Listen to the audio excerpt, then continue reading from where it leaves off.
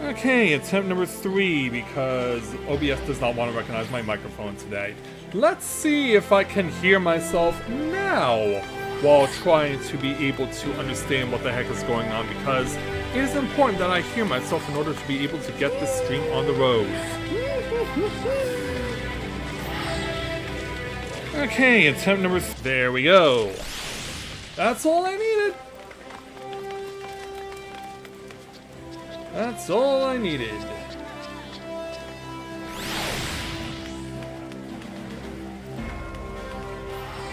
Alright, so, where am I?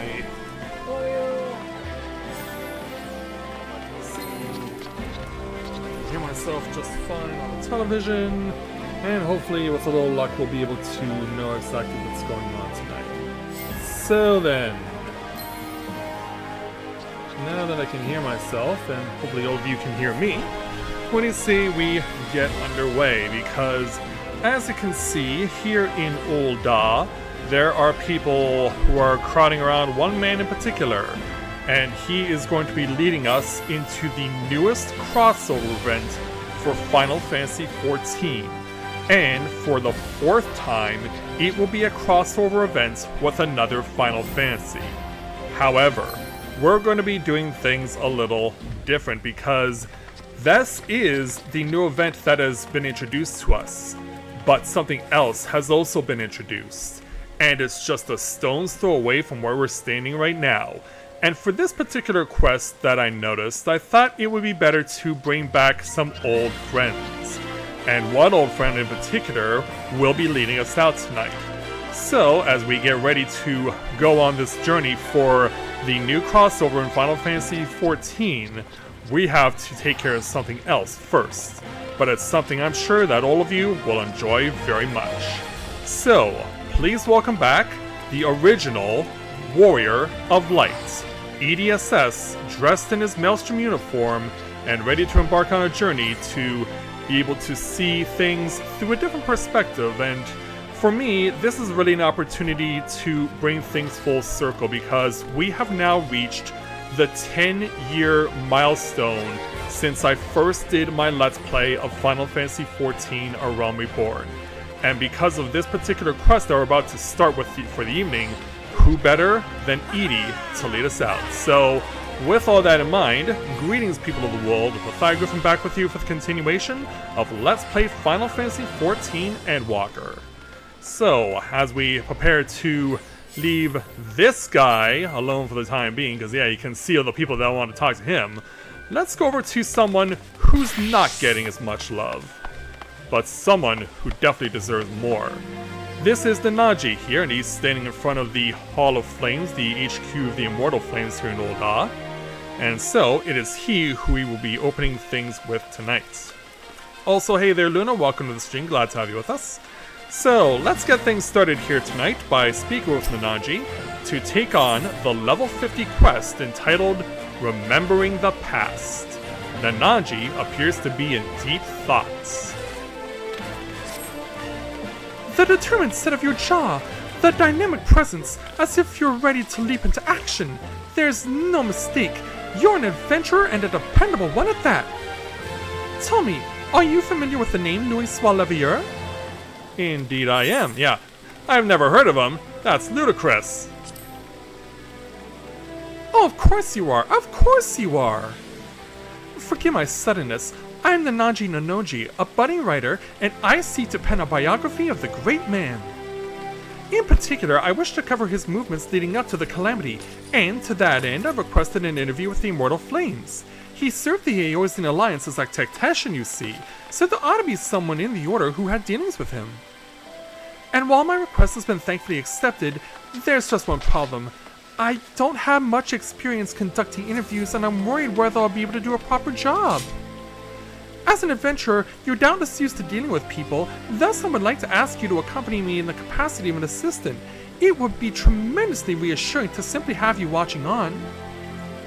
And if you're amenable afterwards, I'd like to interview you as well for your own impressions.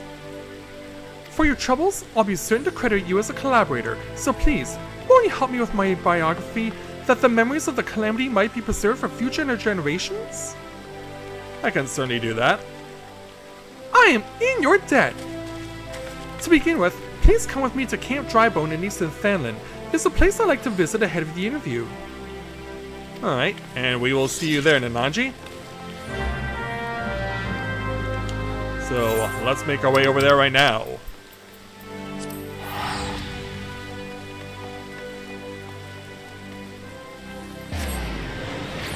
Come on, Luna, you know that I haven't pre-ordered Dawn Trail yet. You know why.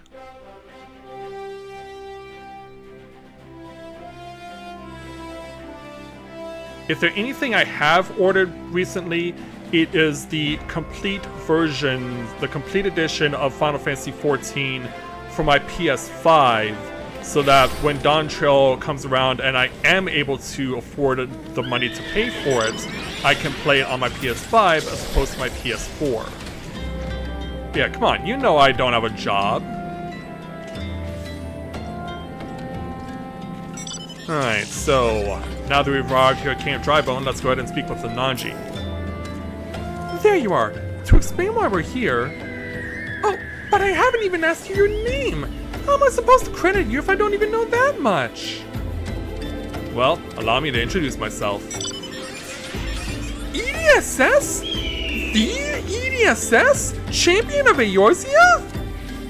Small wonder I felt you were dependable. With one such as you helping me, everything will surely go well.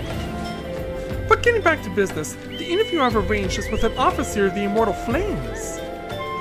As there's still time, however, I thought we'd pay a visit to the nearby graveyard first, so I can explain my motivation for the biography.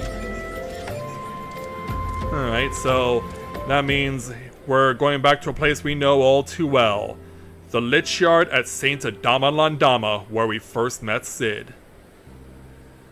I come from a small village near the Cardinal Flats. It was burned down in the calamity, and those who died were laid to rest here, my parents among them. Oh, that's not good. It's hardly an uncommon tale. After the dread Primal emerged from Dalamud, he unleashed fiery devastation across the length and breadth of Eorzea. But as much as the calamity has scarred the realm, it is quickly becoming just another event in the history books. Yeah, it has been, canonically speaking, 5 years, but as far as the game is concerned, and as far as we've been around, it's now over 10. Beyond occasionally giving thanks to the Archons that Eorzea was saved, people spare it little thought. But when you've lost so many loved ones, it's hard to feel that anything was saved. That's why I wish to know more about Louis Soir. By learning about his part in Eorzea's salvation, I hope that I will retain closure.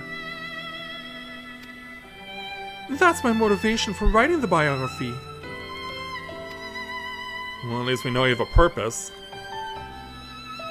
Now then, in preparation for the interview, let's review what is known about our subjects. It's difficult to define exactly when the Seventh Temple Calamity was set in motion.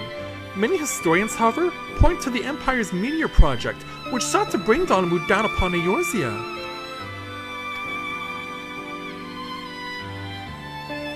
And so yeah, as he describes this, we get something that is kind of a nod to how you start Final Fantasy XIV on a brand new file, because each of these posters effectively serves as a recollection of the closing of what the narrator is saying about each city-state as you enter it.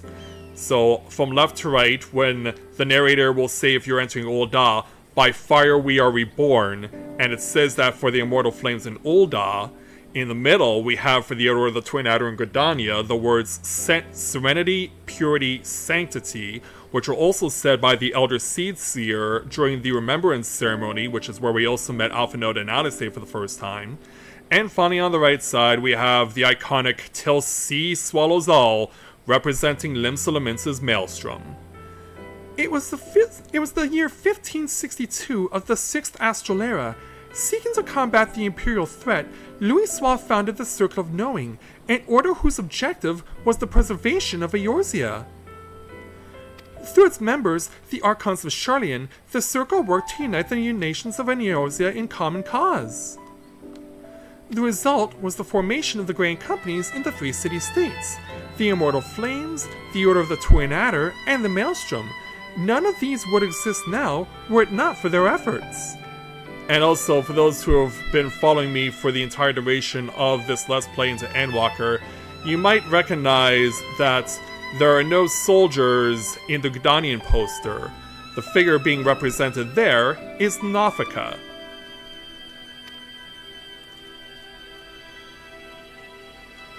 And then, in the year 1572, when the situation was coming to a head, Louisoix himself made the journey to Eorzea in secret and engaged with each of the nations. What took place during that time is what I seek to learn in the interview. The man we're due to meet is the contact for the Free Brigade, a unit formed of adventurers, and he apparently had Louisoix's assistance for a mission. Alright. The meeting place is Highbridge to the northeast. It's more or less time now, so let's make our way there. You got it.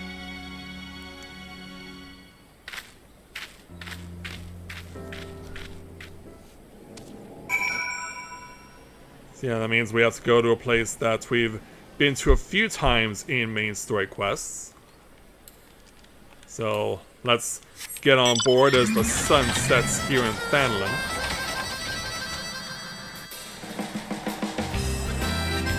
Yeah, the fact that the full complete journey for A Realm Reborn to Endwalker was 60% off, it was kind of hard for me to say no to get those 5 expansions together on my PS5 for less than $30. So it's hard to say no to that.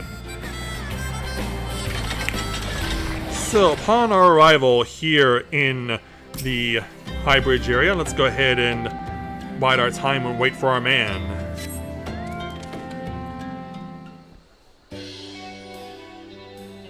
As we look upon the crystal shards of the burning wall. Here he is, a soldier representing the Immortal Flames. You're the ones who seek an interview. I must say, I wasn't expecting to see the champion of Eorzea. I'm the Nanji no Nanji, the writer who made the request, and Edie is kindly accompanying me for the interview.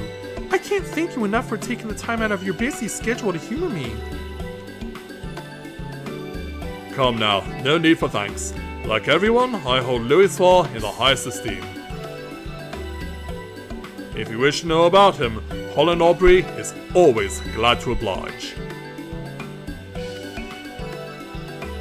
As he takes his courteous bow, I wave hello to him, and of course, a Grand Company soldier will salute as they normally do. Without further ado, then let us begin. My understanding is that you had dealings with Louisoix. Could you please tell me the details? As you know, our Grand Companies were formed thanks to the Circle of Knowing, but it wasn't until Dalamu began turning red that Louisoix first appeared. Also, Luna, is everything sounding okay? Am I not sounding too loud or too quiet?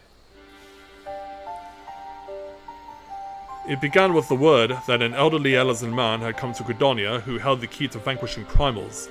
Upon learning of this, I sent an adventurer of the Free Brigade to make contact with him. I later learned that the Maelstrom and the Order of the Twin Adder had done the very same.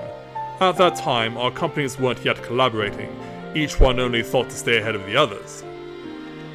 If truth be told, at first we didn't think much of Louisoix, only that he was the leader of scholars who study peculiar prophecies.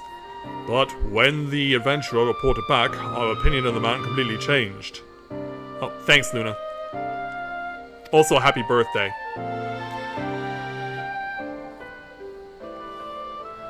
With his spellcraft, Louisoix had opened the way into Ifrit's domain, and by the hand of dauntless adventurers, the Lord of the Inferno was brought low. Alas, many defeats preceded that victory. It was reported that countless charred corpses laid strewn in the bowl of embers. Now, the mission also yielded a shocking revelation.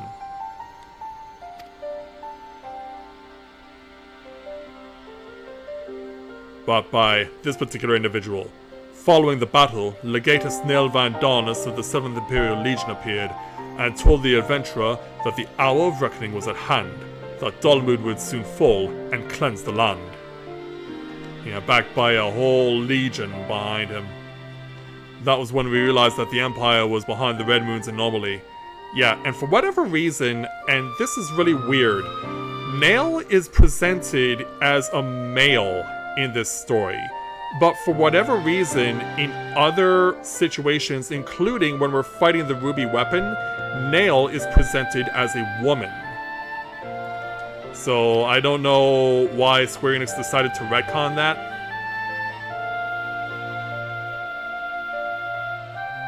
Yeah, Nanaji with pen and quill and paper in hand. So thanks to Louisoix, you came to be aware of the Meteor Project. Still, it doesn't seem like you had much to act upon. As you say, afterwards we scrambled to learn all we could about the project. For a blessing, we had the cooperation of Guardian Defector, Sid Garland, whom you know well. We certainly do. He revealed the details of the project, that it utilized the transmission tower to pluck Dolomud from the heavens, all for the purpose of purging us savages from the realm. Yeah, that's a painful title we know all too well. I could continue telling you what I know, but from this point on, there's someone better suited than I am.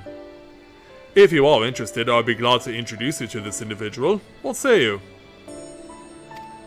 Well now, we'd be keen to speak with this person indeed. Very well. I will send word to the Adder's Nest. If you can take yourselves to Opkalu Falls, I will arrange for a meeting there. To go to such lengths to help us, I can't say how grateful I am. Yeah, thank you very much there, Lieutenant Aubrey. Do not mention it. As I said, I hold Louisoix in the highest esteem. He was the one who brought our three nations together, and nothing would please me more than for him to be remembered. Well, it's past time I return to Ul'dah. I pray that the coming interview bears you fruits. Take care there, sir. Off he goes with sword and little mini shield in hand.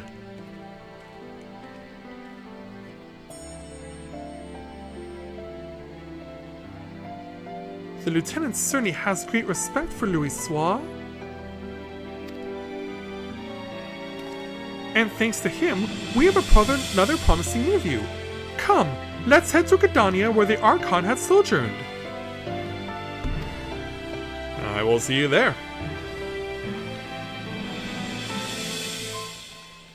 Yeah, for him it'll be walking across through quite a bit of the Black Shroud, but we can simply rendezvous with him in Gridonia, so let's make our way there now.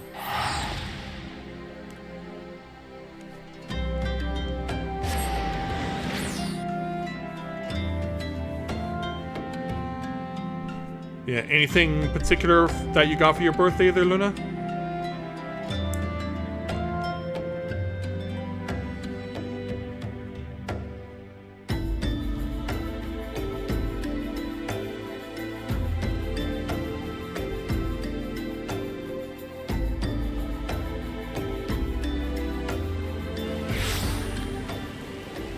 And so, off to rainy Gridania. I swear, it has been raining all day today in Gridania. It is absolutely insane how much rain this city has gotten today.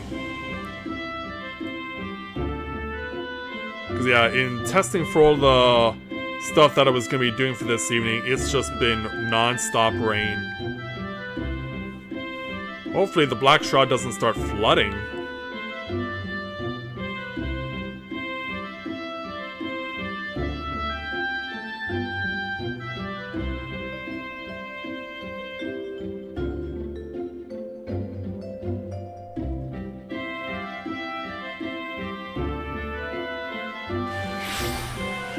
Okay, so let's make our way over to Apkalu Falls, which is also where we'll be heading later on for the Final Fantasy XVI crossover. And it seems like Ul'dah and Gridania are getting a lot of love tonight, so that is one spot for the Final Fantasy XVI crossover. And the other one is over here, but Nananji is separated from everyone else. So let's go ahead and speak with him. So this is Apkalu Falls. The conspicuous lack of the creatures aside, it's quite a beautiful place. Now then, the person we're to meet should be along shortly.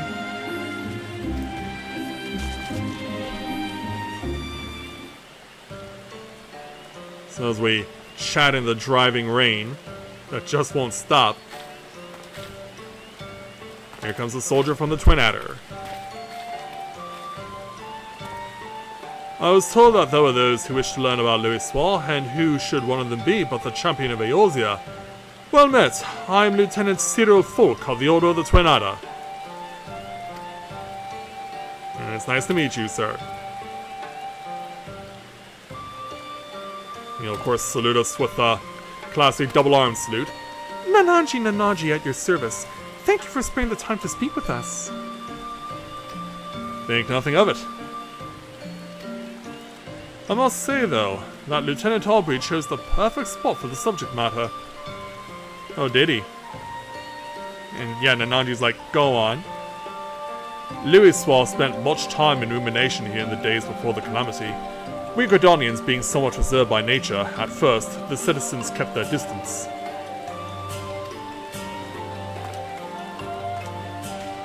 Yeah, let's have a look and walk around the crowds. See Mitra and Jonathas chilling out at their usual spots. But in time, people warmed to him. He patiently lent an ear to their troubles, healing hurts and offering counsel, and gradually earned their trust. To ignore the plight of those one might conceivably save is not wisdom, it is indolence. A saying we know all too well courtesy of Alisay. Louisoix spoke those words and lived up to them. He was the epitome of a Sharlayan sage, and I recall myself being moved.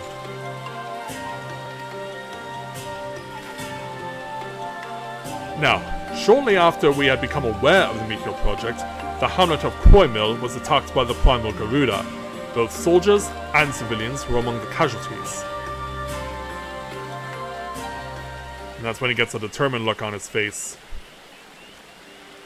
Yeah, there she is. The Order of the Twin Adder moved to vanquish the Primal, but we were not alone. Through Louisoix's meditation, we had the support of not only our sister Grand Companies, but capable adventurers the realm over besides. Using an artifact known as the Vortex Feather, the Archon opened the way for a band of adventurers to sally forth into Garuda's turbulent domain, where they failed the fearsome being. And how fearsome she is. Yeah, hope that Nananji switched to parchments to deal with writing in the rain. Upon her defeat, however, the Primal's Aether dispersed Aether did not return to the land. Instead, it was absorbed into the Red Moon Dolomud. And when the Empire constructed a new base in Waldona, the eldest Seedseer saw the need for decisive action and put forth a proposal. The formal reformation of the Eorzean Alliance, which had for so long lain dormant. The initial response from the other nations was lukewarm at best. They felt that the burden to be borne by each party was excessive, and they were loath to do aught that would place them at a disadvantage against their rivals.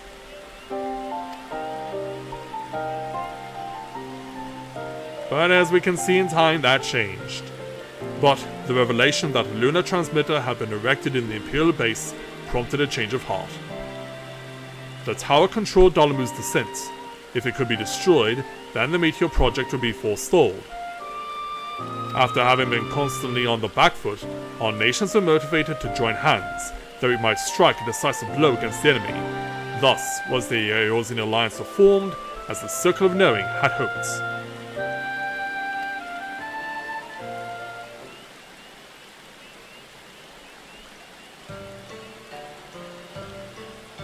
And so, at the same juncture, Louis War was asked to join the alliance as a tactician, and in that capacity, he provided sage counsel to our heads of states. So, although he is at first treated with wariness, Louis War earned our trust through his actions and paved the way to enduring cooperation between our nations. Indeed, were it not for him, we would all perish divided. We owe Louis War a great debt. Now then, I expect you might be interested in hearing about the operation to destroy the lunar transmitter. But for that tale, I would recommend you seek out another, a decorated soldier who actually took part in the operation. Although a hardened warrior, she is quite friendly, and should be glad to regale you with her experiences. Shall I send a word on your behalf?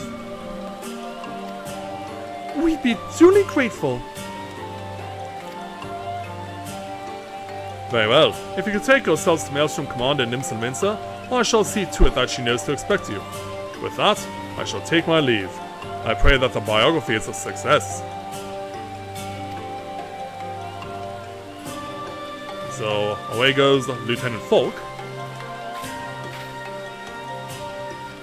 Everyone has been more helpful than I dared to hope. It seems Louis War had quite an influence on others. He certainly did. But who can really say?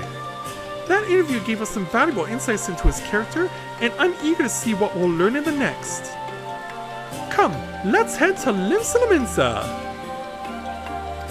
Which means that Edie returns to his grand company home.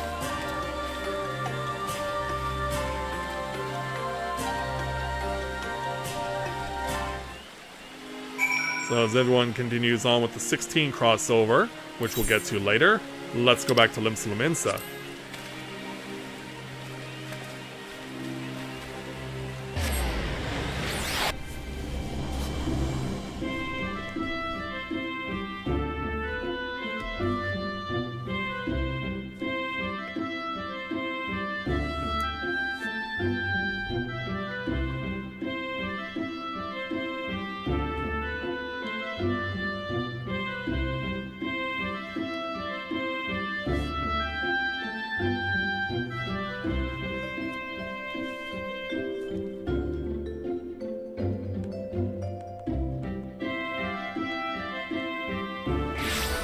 Alright, back to Limsalaminsa. Let's head on off to the Aft Castle.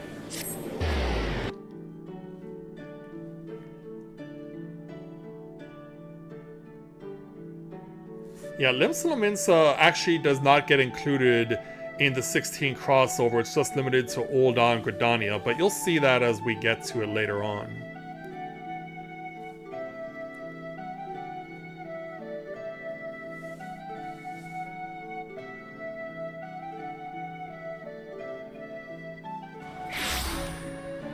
Okay, so, yeah, Nanaji chilling out here in front of the bridge to Maelstrom Command.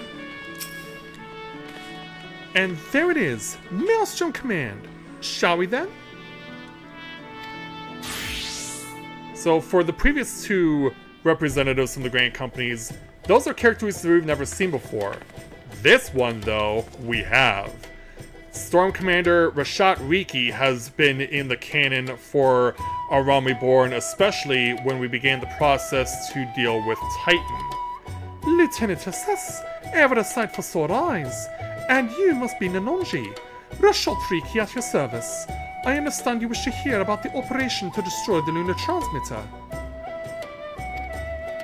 Indeed, I'm penning a biography of the Archon Louis, you see, for which I'm interviewing people who had dealings with him. I truly appreciate your time. You're very welcome. I'll be glad to assist if it wasn't a request from Lieutenant Folk. As he bows like he does, and of course, Edie has to do a grand company salute to his superior officer. Now then, to continue where he left off. It was shortly after the Eosian Alliance was formed. Our scouts returned with word that the 7th Legion had activated the lunar transmitter in their fortress in Moderna. Now known as Costrum Sentry, the fortresses were originally called Costrum Novum before the 14th restored and renamed it. It was in order to break through its defenses and destroy the transmitter that our 3 nations joined hands, and we were determined to succeed. The strategy that Louis War proposed was elegant in its simplicity. While our main force drew the Garleans' attention with an all-out siege, an elite band of adventurers would infiltrate the Castrum and make for our objective. As she will recall, in fact, she even fought alongside them. We had entrusted our adventurers with ridding us of the primals. Now we entrusted them with the very fate of Eosia. I still remember the operation as if it were yesterday. Though we met with fierce resistance, we fought more fiercely still. No matter the cost, we had to ensure that the adventurers had a chance to strike at the transmitter. And when the messenger arrived bearing word that they had succeeded, it still makes my heart sore to recall that moment of triumph. Yeah, no doubt she was determined to see it through. That day, we learned that by standing together, the people of Eosia could oppose even the might of the Empire. 'Tis no exaggeration to say that the victory paved the way for Eosia's future. Without it, there would not have been our Operation Archon. Alas, it wasn't all glad tidings, for though we destroyed the transmitter, Neil Vandanis appeared and claimed that he no longer needed the device to bring down Dolomud, that he himself had the power to do so. Yikes. And there he is. So long as Vandanis lived, the threat of destruction remained, and so, branding him an enemy to all life in Eosia, the nations of the Alliance undertook a desperate manhunt. At length, they located him in Caerthus and sent their greatest warriors to hunt him down. Leading that formidable band was the adventurer whom they called the Warrior of Light, and though no records remain of the fierce encounter, one thing is certain. At Bartle's conclusion, Neil Vandanis was brought low. Oh, hey there, Antonius. Welcome to the stream. Glad to have you with us tonight. As you know, however, our roads did not end with the White Raven, for Louis War and his disciples determined that Dolomud would continue to fall. In a last-ditch bid to prevent the realm's annihilation, the Circle of Knowing issued a request to the Eos in Alliance to secure the Caltino Flats, where the Red Moon was expected to crash. 'Twas no simple task, for the entirety of the 7th Legion had amassed in Caltino, but it was necessary in order to perform a ritual to stop Dolomud, a ritual that invoked the power of the 12. So it was that the Battle of Caltino was joined, and I dare say you know how the tale continues. To everyone's shock, the Elder Primal Bahamut emerged from Dolomud and proceeded to unleash his fury upon the realm. Aye, and though all bore witness as Louis War initiated the ritual, none remember what came to pass afterwards, neither what happened to Bahamut, or why the realm was reborn. Well, I guess you'll have to take that up with Square Enix, won't you? The haze had afflicted memories of the calamity, but people remember events prior to that moment, yes? If so, do you know if anyone was near Louis War during the battle? Someone who may have spoken with him? Yeah. Anything come to mind there, Shot? If someone was near him, I'm afraid I do not know. He was atop rise for the ritual while I was a good distance away on the front lines. My apologies. No, please don't apologize. You've shot a wealth of information, and I couldn't ask for more. Well, if you're satisfied, then so am I. With that, I shall return to my duties. I look forward to reading the biography when it's finished. Thank you very much there, Commander, for all your help.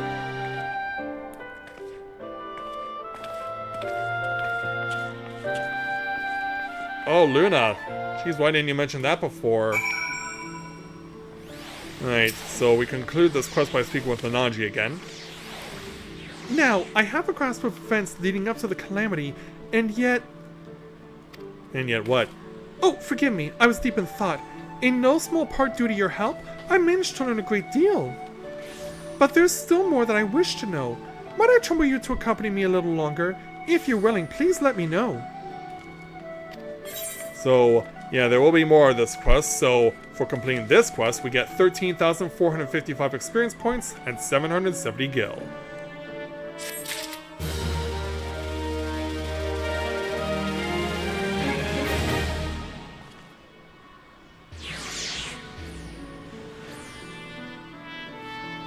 Yeah, get well soon there, Luna.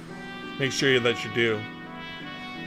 Alright, let's continue on now and speak with Nanaji again to take on the second part of our quest here at level 50 entitled Preserving the Future. Nanaji desires more information for Louis Sua's biography. You'll continue accompanying me then? Wonderful! Come, let's head to the Drowning Wench to discuss our next move. And I can't help but wonder if that person who is AFK changed their name recently to honor Toriyama. So as we're discussing things, our research proceeds apace so far. We've even learned things not found in literature. But tell me, based on what you've heard from our interviewees, what is your opinion of Louis Sua? He was an exceptional leader, he had a difficult task, or others deserve more credit, but yeah, I would say that he was an exceptional leader.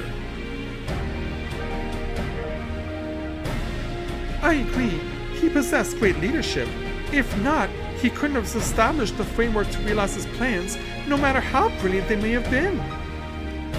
What struck me was how grateful the interviewees were to Louis Sua for bringing their nations together in cooperation. It was nothing short of necessary for our survival. Yet in knowing this, I can't help but wonder, in his capacity as a tactician, it seems to me he had done more than enough by devising a plan and facilitating its execution. He went far beyond that, risking life and limb on the front lines for a land not his own.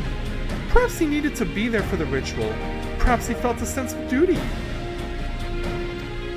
Even so, as noble as it is to desire to help others, what good is it if you end up sacrificing yourself? What was it that compelled Louis Sua to go to Cartano, and what went through his mind as the battle unfolded? In order to do his biography justice, I feel I need to know these things. So yeah, how can we help you with that? If Louis Sua had people near him at the time, perhaps he shared words with them in his final moments, words that could provide some insights.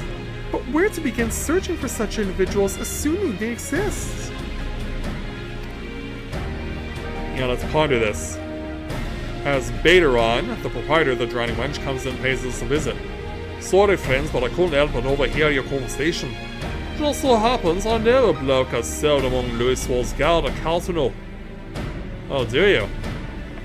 You have a lot of contacts there, Baderon. Truly? You know someone who was with him? Oh, and as far as I'm aware, he wasn't keeping the fact a secret. Just for good measure though. Why wants to speak with him? Yeah, so allow Nanaji to explain why he's doing this. Louis Sua's biography, eh? In that case, I reckon the bloke will be willing to cooperate. Owen Greencomb's his name, and he was a lieutenant of the Maelstrom. After the calamity, he turned to adventuring souls to be a greater help to the common folk. A Maelstrom officer turned adventurer. We'd be most keen to speak with him. Where might he be found? When Owen dropped in the other day, he said that he had business at the Morabe Dry Docks. If you're lucky, he might be still there. Understood. We're in your debt. Maybe not too much. We can't let this chance pass us by, Edie. Let's take ourselves to the dry docks at once. Alright then. Thank you very much there, Baderon. And so let's be on our way.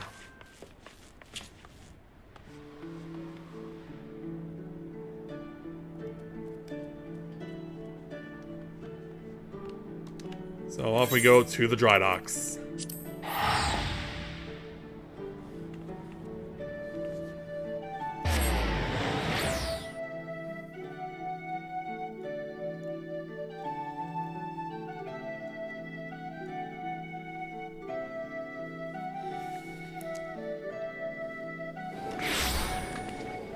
Alright, so yeah, looks like quite a few people are wandering around, maybe for the same reason, can't really say.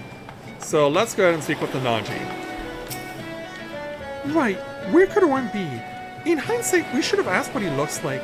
His name would suggest he's a Midlander, but... Well, nothing for it but to make inquiries. Let's split up for the task and meet again here. Alright. Let's go find some people who can be possible to give us a hand here. Nearby we have a shopkeep who we can speak to. A female Lalafell. I'm sorry, but I only just started helping out here. I'm still learning our customers' names. I couldn't say if it's the person you're after, but a man did come by earlier who appeared to be an adventurer. He bought a Nimia lily that we're currently trailing. Nimia lily, huh? That's, for those not familiar, a flower commonly used when paying respects to someone who's dead. So let's see who else could help us out. There is someone around here, this veteran shipwright, another Lalafell. Hello there. Looking for an Orin Greencomb, you say? Don't know anyone by that name, I'm afraid. I did walk by an unfamiliar fellow just now, though. Over by the Mark of the Spinner. He had a flower in his hand, so he caught my eye. Well, that's a good clue.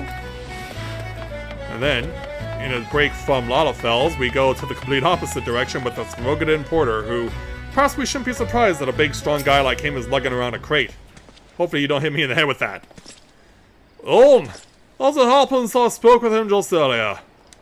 He said that he wanted to buy flowers, so I directed him to a vendor. Not sure where he is as of now, though.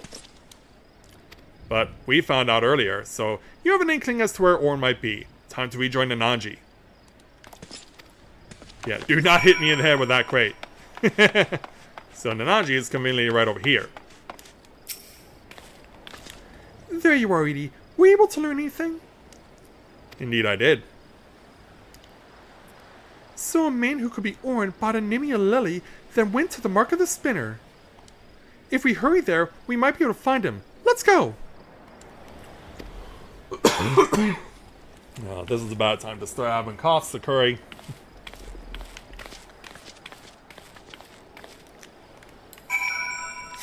Yeah, I think to play it safe, I might just get a splash and dash of water before we go and find this guy. But at the very least, the dawn is starting to break.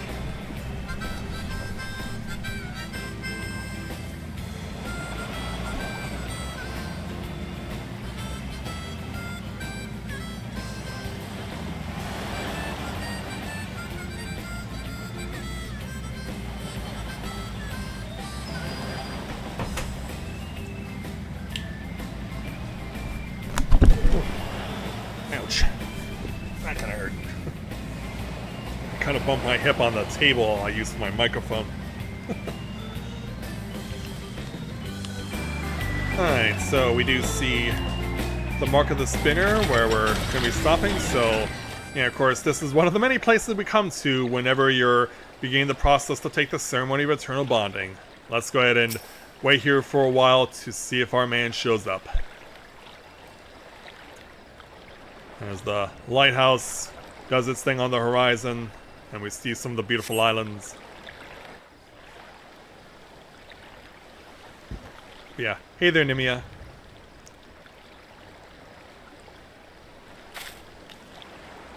Hopefully we haven't missed him. But, turns out, He may be coming to us.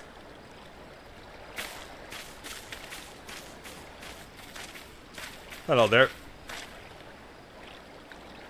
Begging your pardon, sir, but are you Lieutenant Oren Gwincom? I haven't been a lieutenant for years, but that's me. What can I do for you? Yeah, also he knows there's me. Like, hopefully I'm not giving you too much trouble. I realize this is sudden, but... Yeah, let's explain why we're here.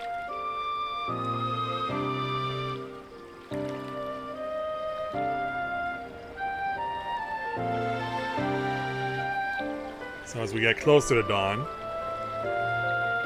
So you're writing Louis Wall's biography and you want to hear my account as someone who is near on hand at Cartano. Anything you can tell us? To the Warrior of Light? To the OG?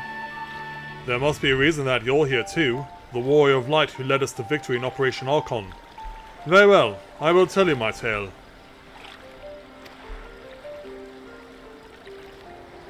Now then, where to begin?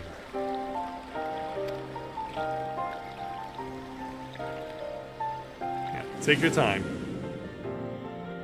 As you see memories of the clash at Cartano.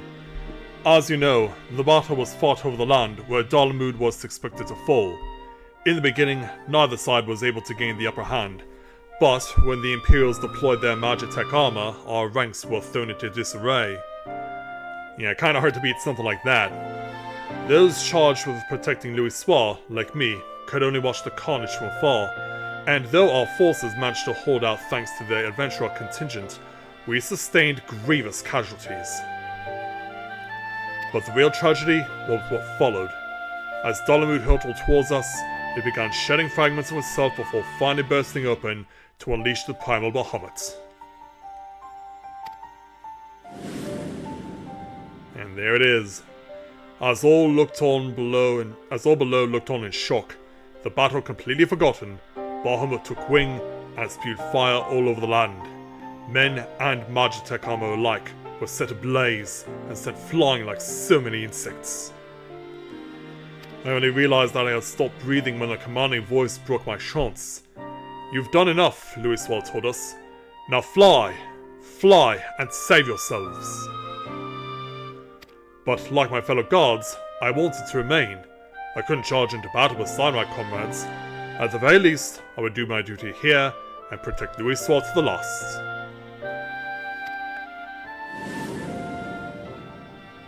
But upon seeing us standing there, not making to move, Louis Soir smiled and spoke thus. If you would give your lives to protect something, then protect my hopes. Every soul who lives to determine their own fate is a source of hope, bright and brilliant. So live, I bid you, and be among those who bear the light for others to follow. Those words awakened to us a greater purpose. If there was hope in my living, then I would live as Louis Soir bid. No matter what, I would survive. And so, together with my fellows, I began making my retreat. Alas, we hadn't gotten far when an explosion erupted and sent us sprawling. Yeah, the shockwave would have been significant. I struggled to my feet just in time to see the enormous, menacing silhouette of Bahamut looming over Louis Soir. In the next instant, he was enveloped in light, and that was the last I remember of him.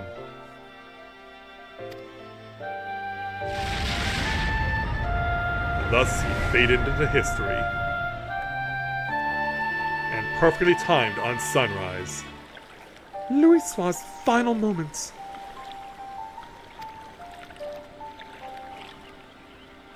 Amidst that light, he looked to be smiling. What he was thinking in that moment I couldn't say, but one thing is certain. All of us are alive, thanks to him.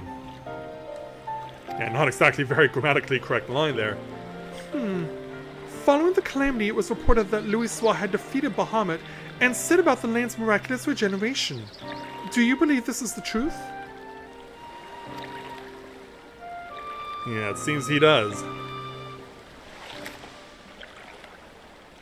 You have a lot to think about. Every soul who lives to determine their own fate is a source of hope.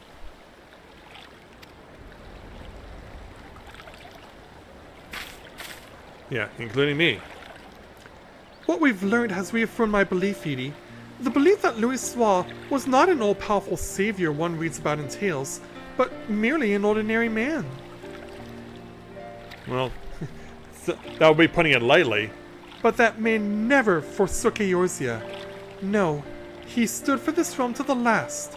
He and countless other brave souls, and saved it from becoming a scorched waste.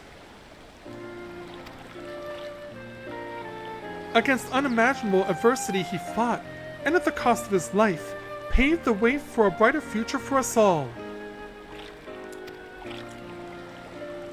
The least I can do in return is tell his story, spread his message that where there is life, there is hope. Well said. And so, thanks to your account, I believe I found an angle for the biography. I'm truly grateful. and he's certainly glad to have contributed. And now for the reason he's here.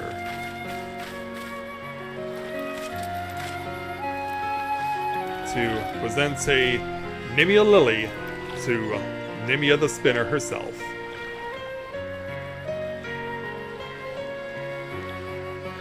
Would you care to offer a prayer as well? The prayer that the light of hope, which Louis well preserved, shall ever burn bright. I think that would be a very good idea.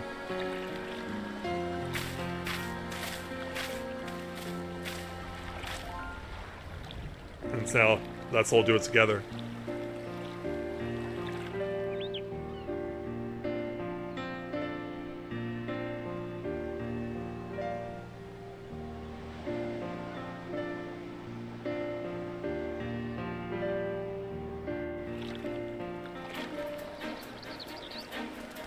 And so, Nanaji, back to you. Allow me to thank you again for recounting your experiences to us. Nay, 'tis I who owe you thanks for giving me the chance to share Louis Wall's words. All these years I had avoided speaking of the moment of his passing out of respect, but it were not due to take the tale to my grave. Through the biography, it is my hope that his spirit will live on in all of us. Now then, if you'll excuse me, I shall resume my pilgrimage to the marks. Wherever your travels take you, I shall be praying for your safety.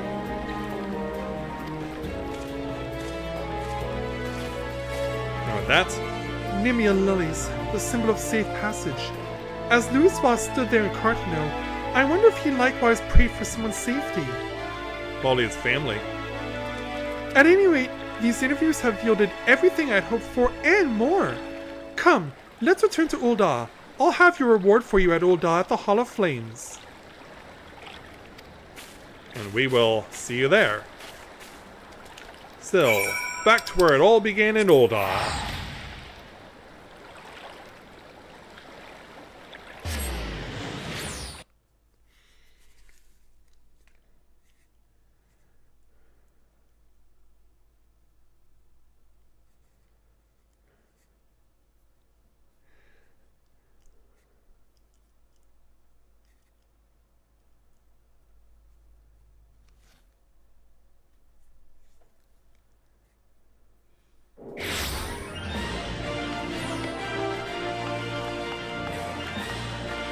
Alright, so having returned to the city, let's wait for everything to reload, because of course we know that this place is going to be busy because of day one of the crossover. Just have to wait for Nanaji to return.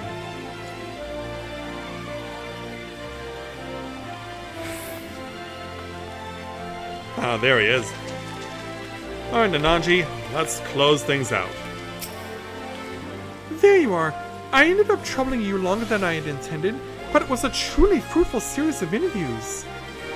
How fortunate that we could hear from those who lived that fateful time. While I still have many questions, the biography is beginning to take shape in my mind. I also feel as though I've attained a measure of closure. Yeah, that is what you were looking for at the start, wasn't it? Louis Suave fought simply as one of us, and he made the ultimate sacrifice that hope might endure. This I've come to realize and appreciate thanks to everyone's heartfelt testimonies. Now then, last but not least, I'd like to ask you for your thoughts on something. According to Orin, Louis Suave smiled in his final moments.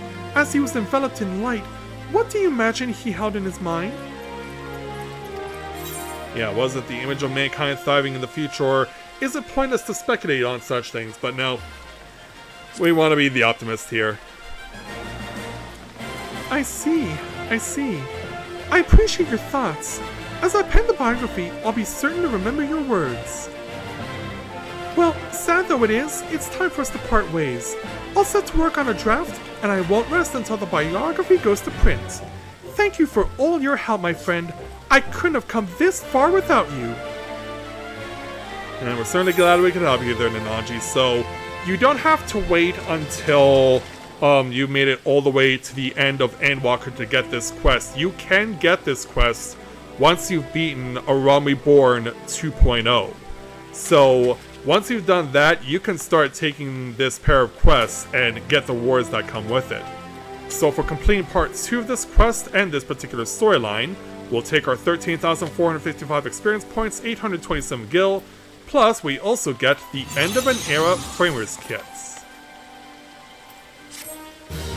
Take care, Nanaji. It was nice to meet you. And we also earned the achievements, The Man, The Myth, The Legend. And deservedly so. Yeah, a guy who we will never see in the canon of this game, because he's permanently encased in 1.0 and he's never coming out. But that's not all we get.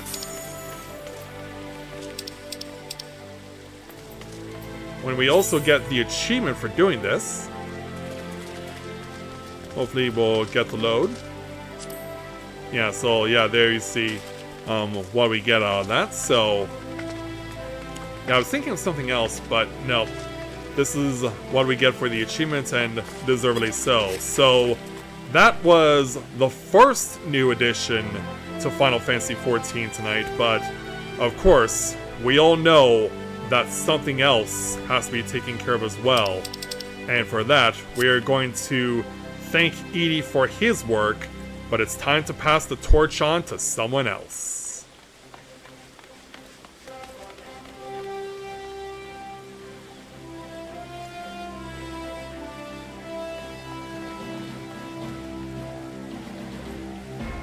So let's go ahead and switch characters.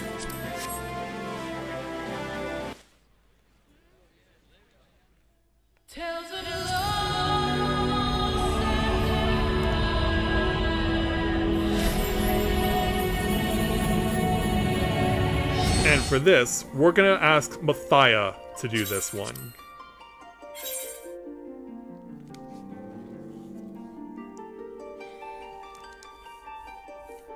Yeah, I know some of you were probably expecting Rika, but no, we want to leave her for the grand finale, which will be coming in a few days, so make sure that you are ready for when that comes around.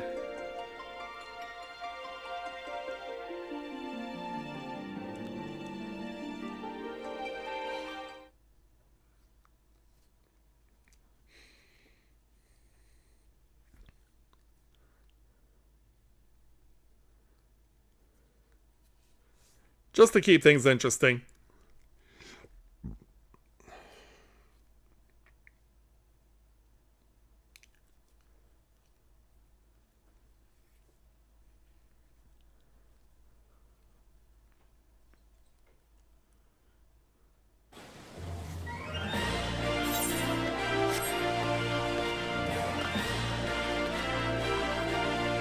So yeah, it's gonna be quite busy around here.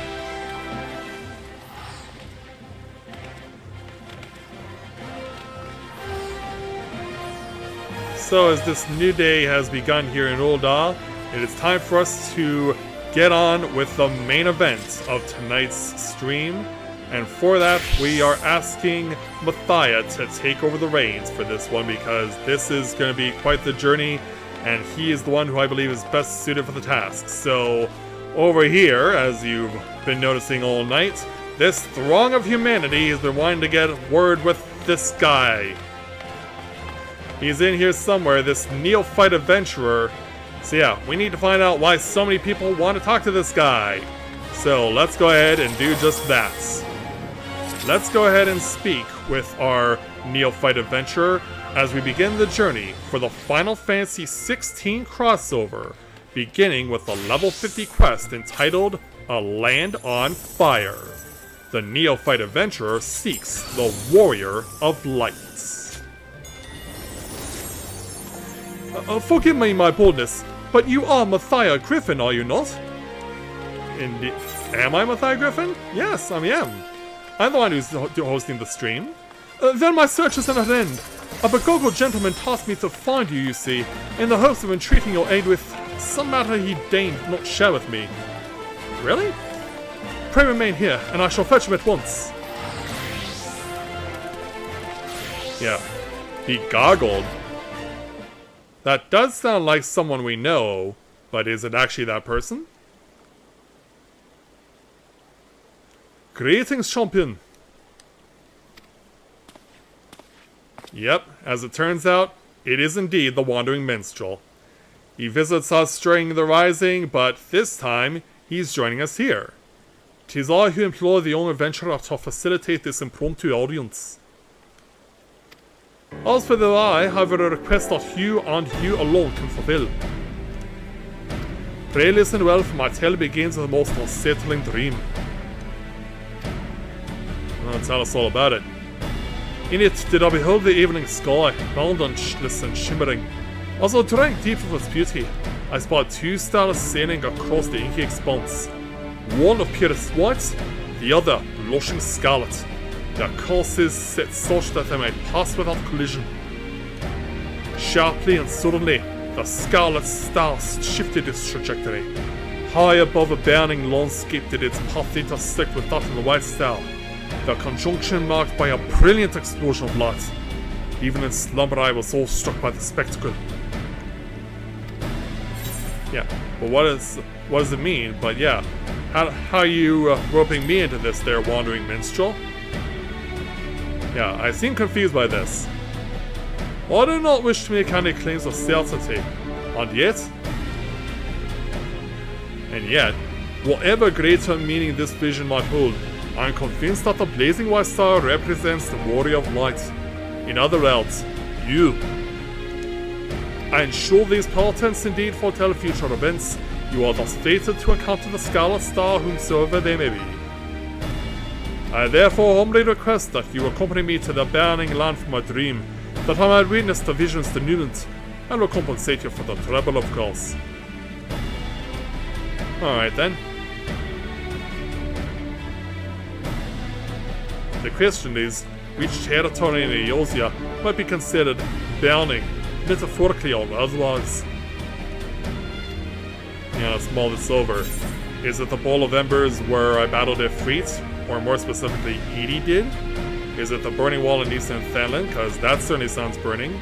Or a place rich in corrupted crystal deposits that can look quite fiery, but yeah, burning is in the title of this, so it is ultimately the correct answer because it is a but thou must selection. Oh, that cluster of immense crystals born of the seventh Umbral calamity. Aye, it well resembles the sweeping scene from our dream. The first mystery is solved. We shall leave for Eastern Thailand and the infamous Burning Wall at once. And I shall see you there.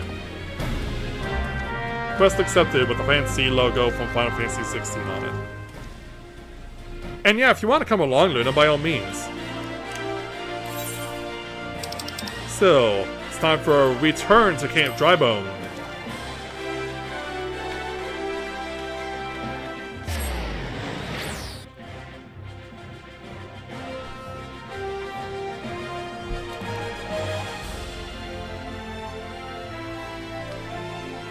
Yeah, this place is getting a lot of attention tonight.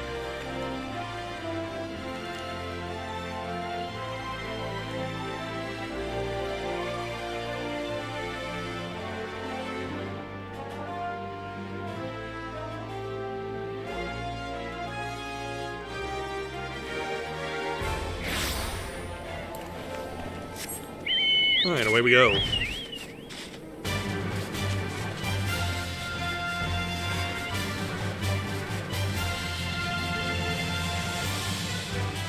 So yeah, for those not familiar with the Burning Wall, this is what it looks like. It did play a prominent role in patch 2.5 version 1. Because of course, 0.5 patches are always split into two parts, so part 1 of patch 2.5 involved part of the storyline taking place here. And so we come here to see what's going on. So we need to go higher. So somewhere in here, we'll find our destination. And here's the Wandering Minstrel. The Burning Wall, an apt name indeed. 'Tis said that these crystalline structures are formed where falling shards of Dolomir pierce the land's ethereal current. Some see them as a symbol of rebirth, a manifestation of renewed life. But that is neither here nor there. Let's have a look around, shall we? Spyglasses at the ready. Now, here's the part of this quest that kind of drove me nuts when I was looking at it this morning. Because, I'll show you why. Survey your surroundings for anything out of the ordinary. You may move the camera as well as zoom in and out. Target an area, inspect it with R2 or X. But here's the thing, when I did my testing for this particular quest, this was when the in-game clock was at night. And so I was stuck doing this for at least 10 minutes. And so it was so bad, I needed people to help me out to figure out where the heck I needed to look. Ultimately, you have to look down to the very bottom of the map. And yeah, you'll see, in the dark, this would have been perfectly camouflaged hiding behind this crystal, this black cape right here, and the strange man who's wearing it. Yeah, under cover of darkness, that is easy camouflage.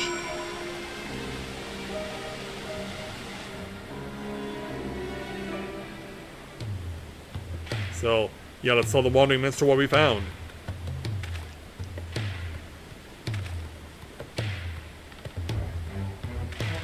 So now that we know what's down there, let's go and try and see what's going on.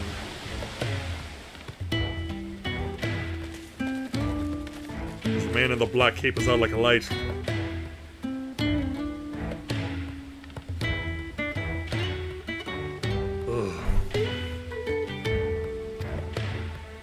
He's coming around. Yeah, this man's got a pair of tattoos on his face. Where am I? What's going on? Yeah, hello there, sir. Are you alright?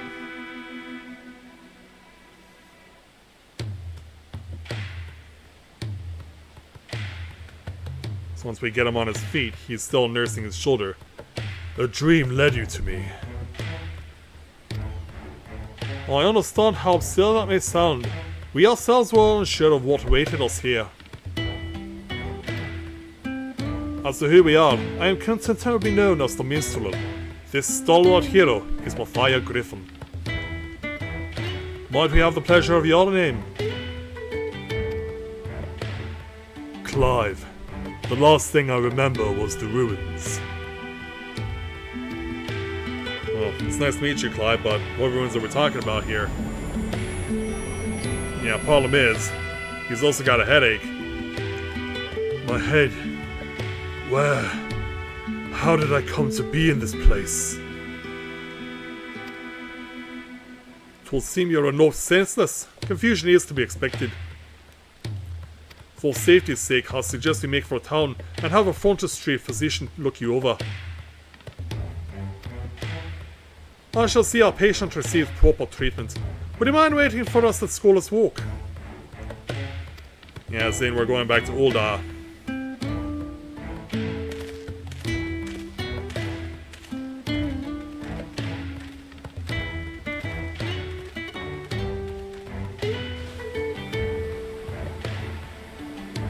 for those of you who are wondering, no, 16 Sid does not appear here. Even though we're kind of getting his theme, aren't we?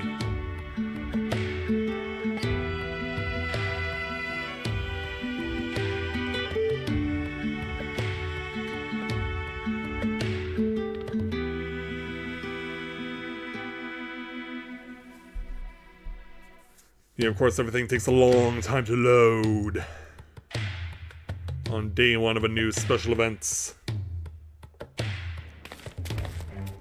So ultimately, we are automatically warped to the Steps of Thal and in front of the Frondale's frontistery here in Old Da. And of course, the frontistery is very familiar to those who have done special events in the past that have taken place here. So we'll wait at the designated location here in Old Da, joined by Luna herself.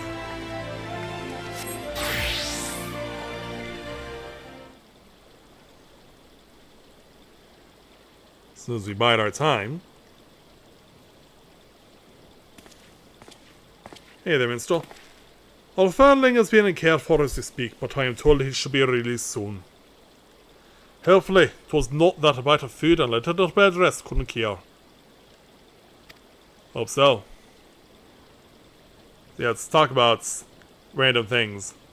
I don't know exactly what we're talking about, but I imagine it pertains to our new friend. Hello there, Clive.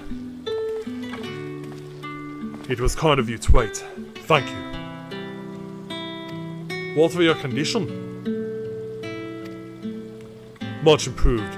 The physical also noted no signs of injury or illness. Yet my memories remain hazy. How did I end up there?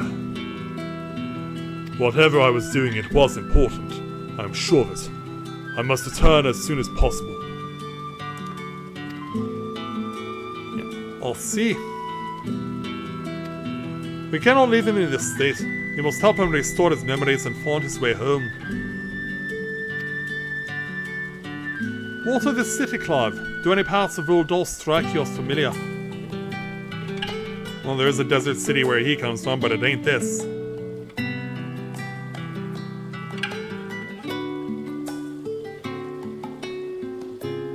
No. Maybe I've simply forgotten, but I recognize nothing. Not Uldor then. Still, I should like to think that the sights and sounds of a well-known locale will hasten your recovery. The Burning Walls, the place where I found you, is situated midway betwixt Uldor and Gridonia. Perhaps a trip to the Trollswood is in order. Gridonia, you say? The name rings no bells, but I have no better suggestions. And you would take me there? I would, yes. Even with a hazy throat. Meanwhile, I shall make the rounds of the neighboring settlements and ask if any have heard of you. Let us rendezvous in Gridonia anon.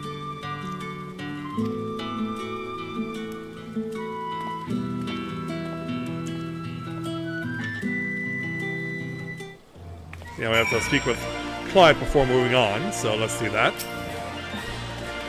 This entire situation has knocked me off balance, I'm afraid. Matthias, was it? I appreciate you coming to my rescue.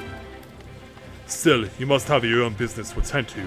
We can set out whenever you're ready.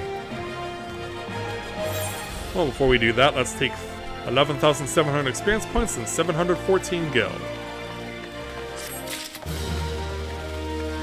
And then we will move on and speak with Clive again to take on our next level 50 quest entitled Pain to Recall. Clive is ready to travel to Gridonia.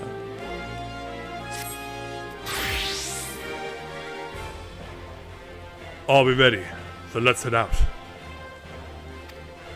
This Gridonia the minstrel mentioned. Is it far? Will we need mounts? Well, not necessarily. By airship? You have those? Not that I mean to doubt you, friend. If you say we're boarding an airship, then that's what we'll do. Yeah, that is indeed what we'll be doing, so I guess that's where we're going. Makes sense, that's the fastest way to get there.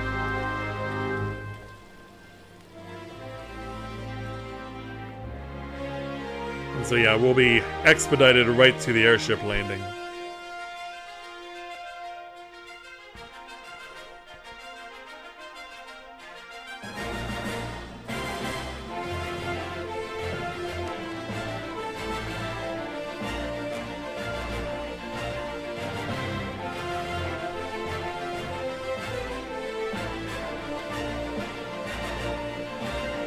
Alright, there's Clive. Let's go ahead and speak with him.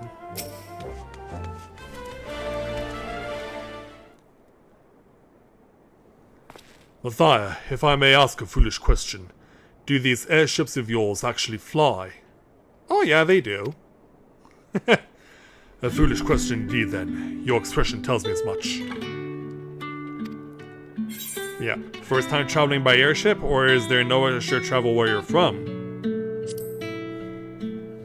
Yeah, are these things not familiar to you? I believe it will be. It's odd. I know that the weapon on my back is called a sword. I understand what it's for and how to wield it. Foggy as my memories may be, my general knowledge seems intact. Yeah, hearing you speak of functional airships, I felt confusion, disbelief for something that you clearly think of as commonplace.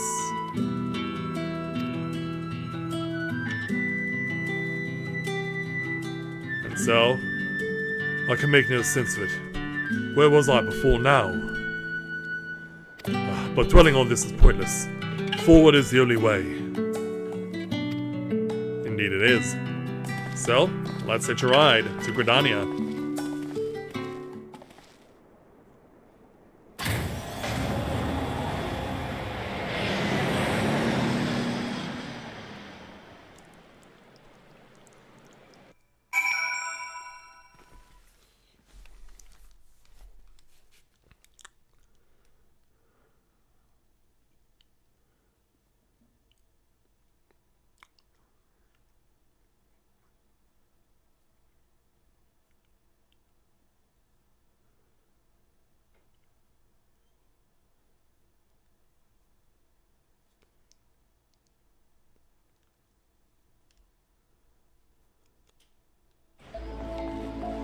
Alright, we have made it to Gridania, and so let's go ahead and speak with Clive.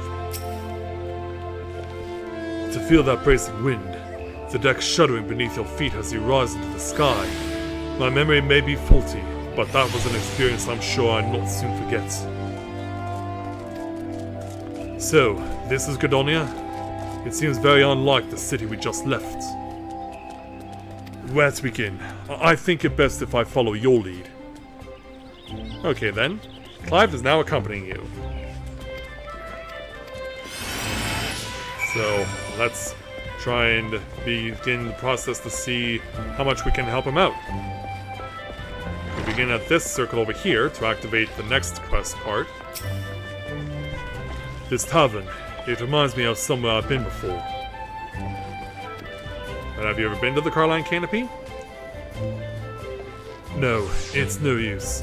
I can feel the memory, but it's like grasping at smoke. But maybe if you were to show me somewhere else. Alright. So the next objective they ask us to do is to take him to the Chocobo Keep. So let's go ahead and do that. Yeah, Gridania getting a lot of traffic tonight. Let's bring over here. A Chocobo! Now that's something I recognize. Yeah, it's right over there. Yet it's more than that. I had my own Chocobo once, I'm sure of it. But as for the when or the where...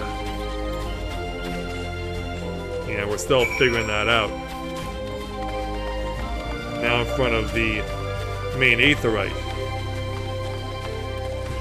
Oh, need to pull you in a little more. There we go. Sounds like a bard is playing as well. An impressive crystal. Not a mother crystal, surely.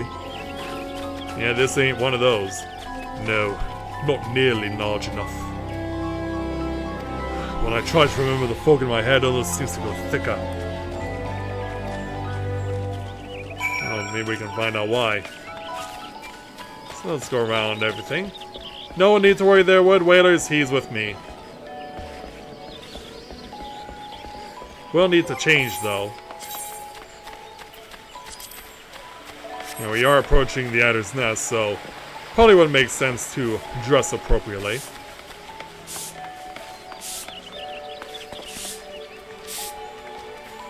Hey, Clive, you in there somewhere? Oh, he is, but the activation quest doesn't... Oh, yeah, we have to wait for the activation quest, the activation bubble to appear. Yeah, there we go. Yeah, come on, game.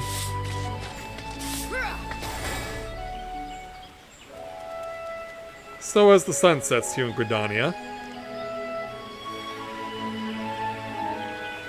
this is truly a beautiful place. Yeah, have you taken a liking to Gridania then, or have you remembered anything else?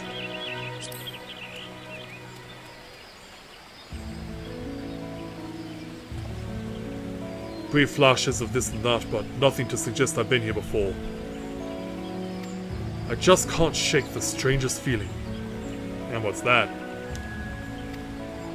Now, are you able to elaborate? As if it's too peaceful. And that doesn't sit right. It's too peaceful. Patrols reporting, Commander. All is quiet with the Ixtal. No sightings of Garuda. For which we are profoundly grateful. At ease, soldier.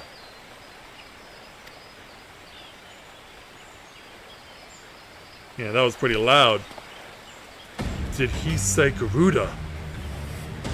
Yeah, you know who that is, don't you? Yeah, he just goes bursting right into the Adder's Nest. Hello there, Commander. You there. This Garuda you speak of. Ugh. Yeah, still dealing with headaches. Commander Houlois. Sir, are you alright? Captain Griffin, do you know this gentleman? Indeed I do, sir.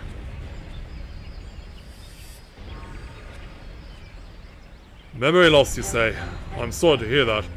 Though it seems Garuda's name has lit a spark of some sort.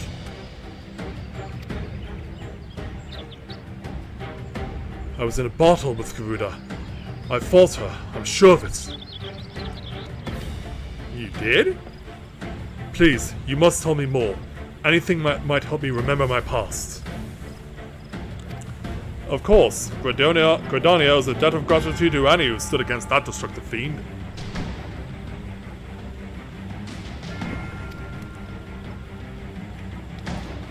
However, there's one more suitor to the task than I. Our elder Tsitsi is well versed not only in primal law, but also in the treatment of bodily afflictions. She is surely your best hope for recovery. I will send word ahead to Stillglade Fane. Stand ready to escort our guest to an audience. Understood, Commander. Pray find me a Nofficus altar in Old Gridania, and I will see that you are granted entry to the Lotus Stand.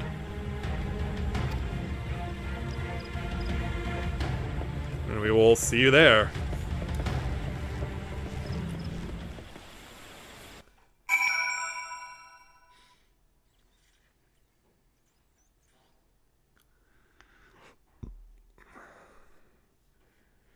Alright, so as they transition, I'm obviously going to get myself more water. Be right back.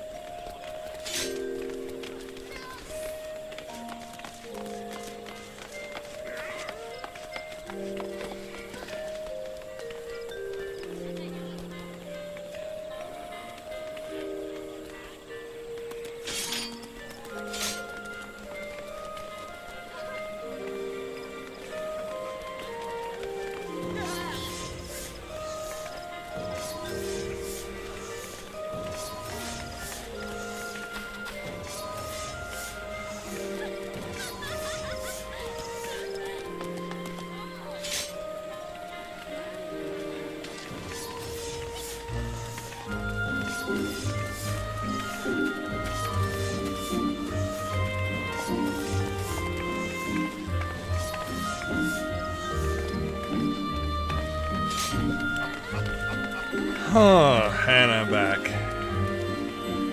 Wow, that is a lot of that was a lot of demon wings here tonight. I think one decided to set the trend for others. Alright, so let's go ahead and speak with the Serpent Scout.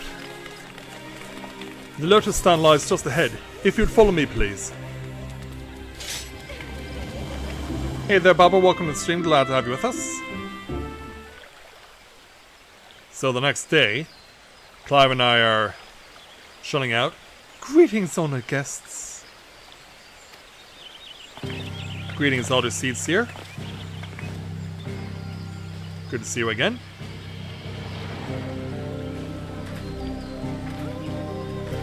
And of course, that's Final Fantasy XVI music we're listening to.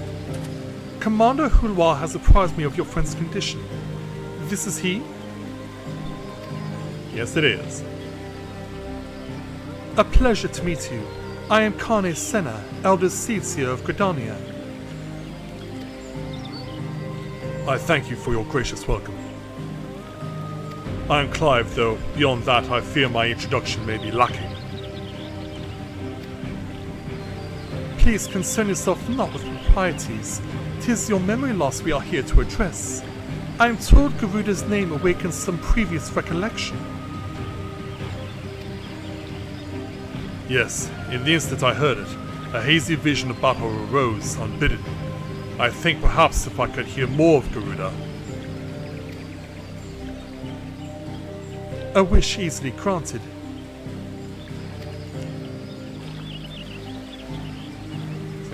Tell them what you know about Garuda. Garuda is the deity revered by the Ixal, a people who once dwelled here in the Twelveswood.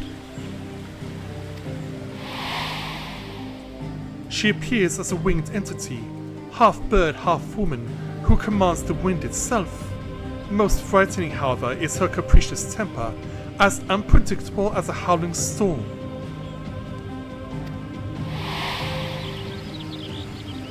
I should add that Mathia has fought against Garuda in her primal incarnation. Yes, I have. Along with other warriors of light who have done the same. A winged woman of volatile temperament with power over the wind. A fitting description of the opponent I remember. But a deity? No. The will behind that monstrous visage was distinctly mortal. What? Like Shiva? I suspect Clive's Garuda and Eosia's primal are not one and the same. Yeah, suddenly the Wandering Minstrel appears out of nowhere. Yeah, who let you in? Mainly as Clive himself is not of our world. Explain yourself, minstrel. Yeah, and make it quick. I went back to where we discovered Clive and Christian folk in all the nearby settlements. Not one person recognized his description.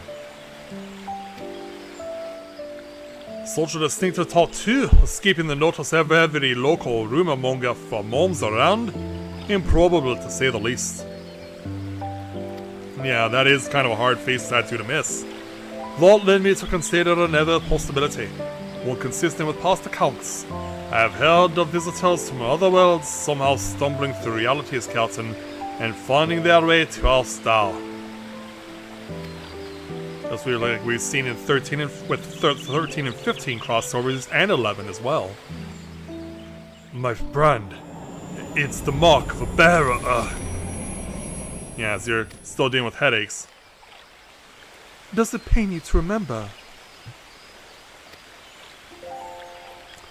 I feel the memories trying to surface, but when I strain to recall, a piercing ringing fills my ears. Garuda, Bera, Ifrit. And we know that name too. Another primal's name. 'Twould seem the pain has a less than tangible source. Long have I studied the healing arts, yet I sense no shadow of illness in your body. Your suffering stems not from injury nor sickness. Victims of terrible events have been known to suppress their own memories out of instinct. One's subconscious denies attempts to confront the awful truth, the mind creating a shield of pain to protect the heart.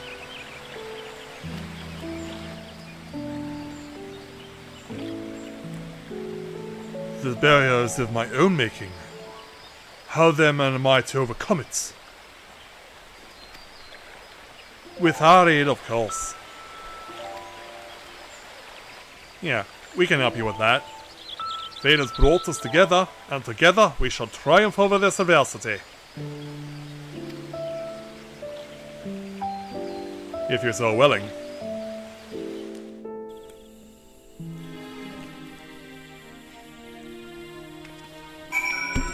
And so, later that night, let's go ahead and find a way around. I guess we don't have to go far, because the crowd's parting a little. Let's go ahead and speak with Clive to complete this quest.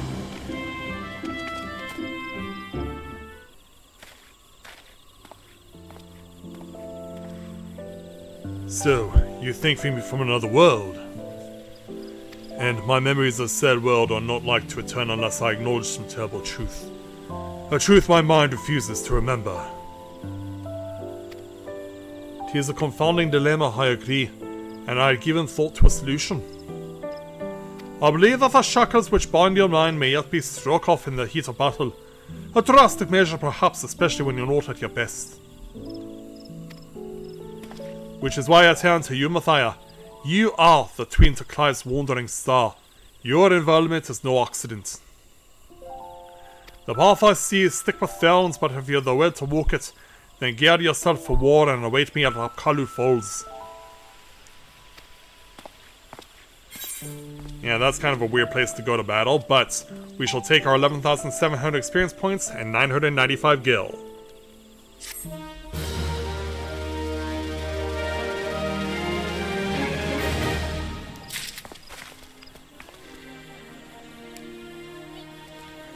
Wait for everyone to load in.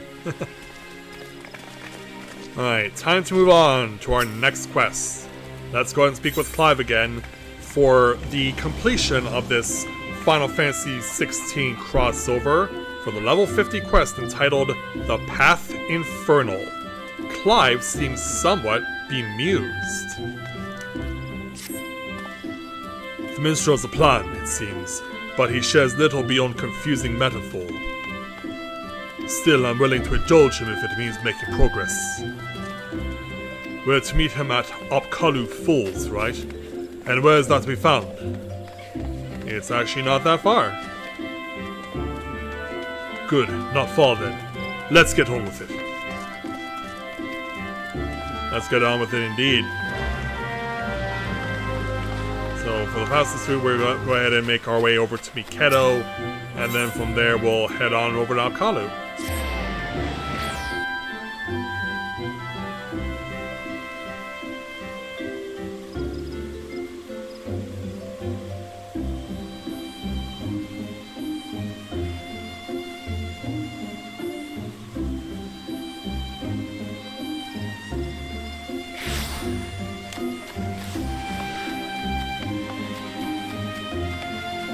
Yeah, it's good to have you on board, Bubba.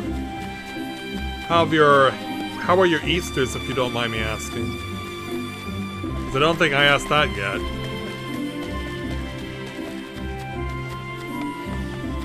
You got a bunch of people standing over there. You got a bunch of people standing over here, but ultimately this is where we need to come. Now you won't be able to see it all that well, but there is a glowing light surrounding Clive's, and they said combat was going to be required, so let's go ahead and dress appropriately. Clive?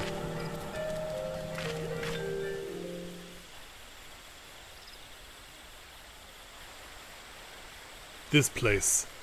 Why here? Yeah, are we taking an airship to somewhere? Because this waterfall is where the legendary Archon Louis swore gathered a band of adventurers in the time of the Seventh Umbral Calamity.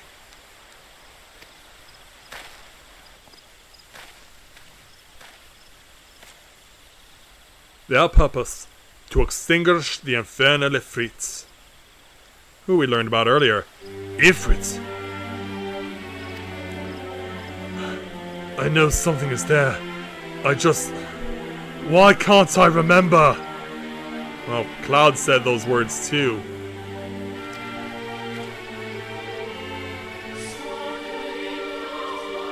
Cloud recalled several worlds in the Elder Cecil's presence. Worlds which brought him pain. While the significance of Bearer eludes me, you and I are more than familiar with Ifrit. Yeah, too familiar.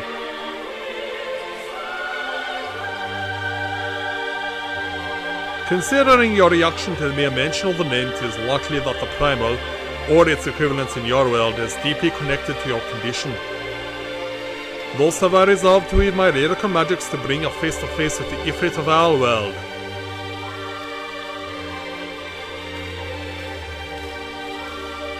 So you're just gonna warp us to the Bowl of Embers then?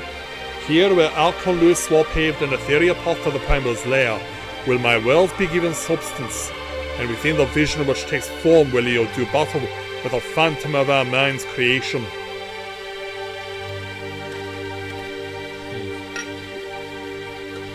Imaginary though this confrontation may be, I fear your suffering will be all too real. Yet you must persevere, for your hidden truth will not be unearthed without hardship.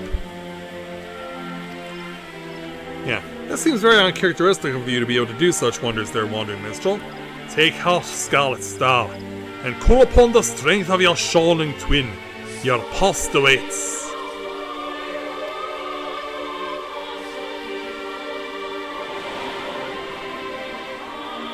And so, yeah, to do this, your maximum experience level will be synced down to 50, and your item level is synced down to 110. Thank you, Luna.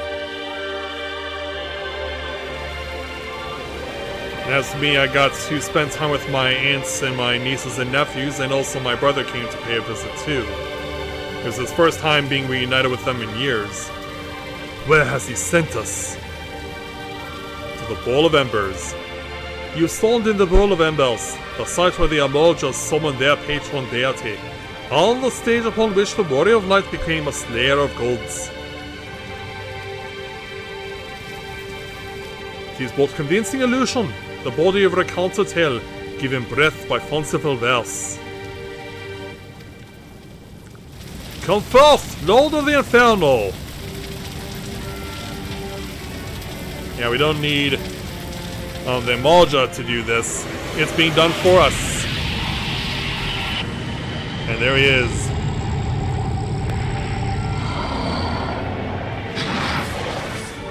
Ifrit appears again.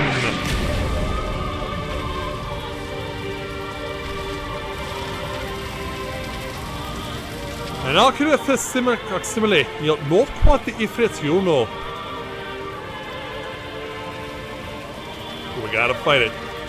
No, not quite the same.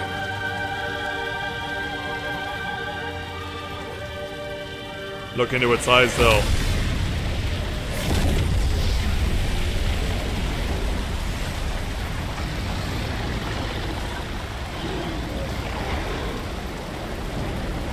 And all of a sudden, yeah, Ifrit, you got a makeover. Does this mean you're more powerful now?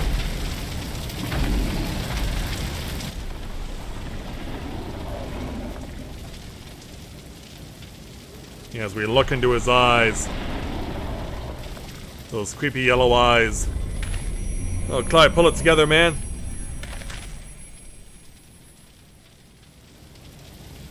Yeah, come on, you gotta do this. It's time to uncover the truth. I'm ready when you are. Let's do it, man. Alright. Time to find out who I am.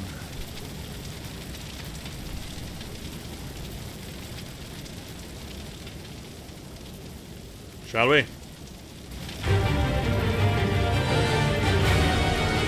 It's you and me and him.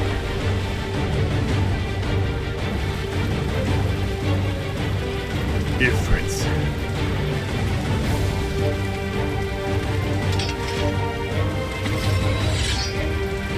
That's the thing which killed Joshua. Yes, I've been on its trail seeking vengeance for my brother. And now, this fiend must pay. Fight with me, Matthias. You got it.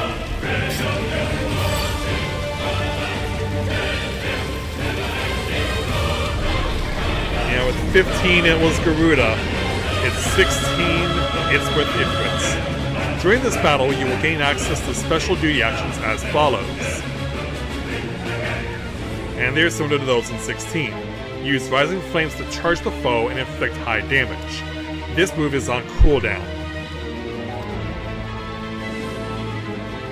With the proper timing, you can use dodge to avoid taking damage, even if you are within the reach of an enemy's attack. Certain enemy attacks will be preceded by a countdown icon. When this countdown progresses to the dodge icon, quickly use the dodge action.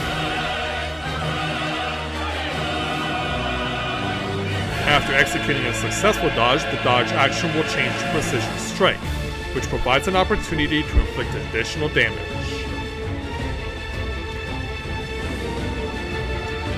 Got all that?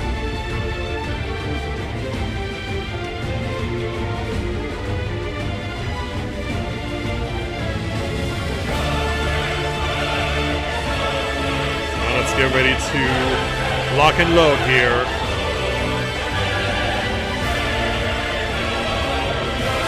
Defeat the Infernal Shadow. Duty commenced in 16 text.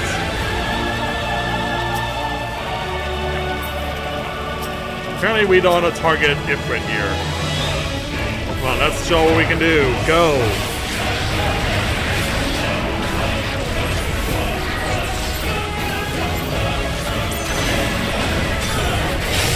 So yeah, combat is pretty straightforward here.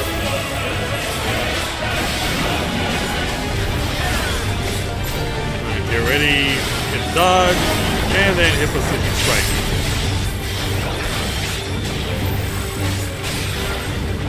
Get that off of our system, and then use Rising Flames. Do our move again. I imagine a fight like this would be harder to do with a mouse.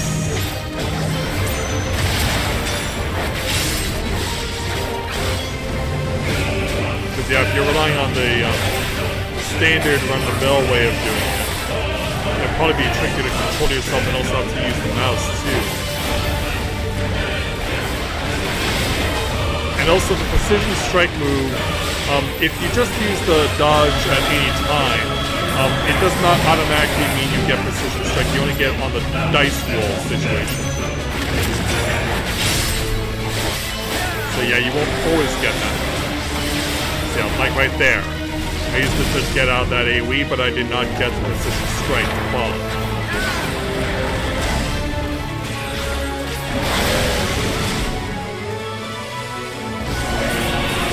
On this side, because that is a huge AoE swap.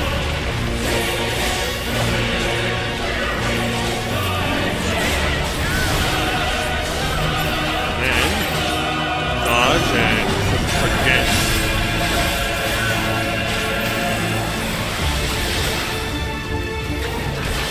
I gotta run. This. Ooh. Yeah, that was kind of a bit awkward there. But we still dodged all the same.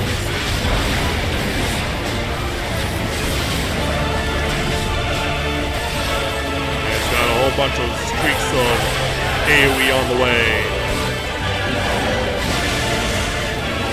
one safe spot on the map.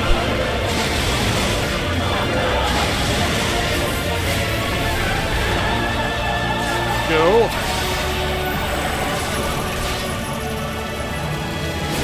Yeah. Few discussions advised because Clive does curse.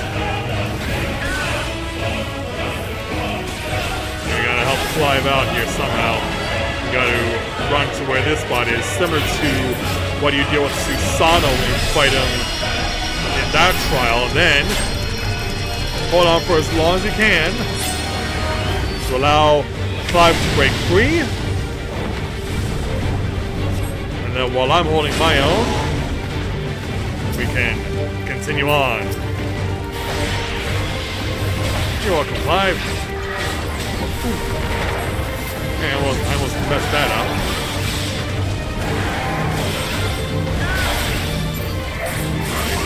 Dodge. Strike. Now play this. Run on over.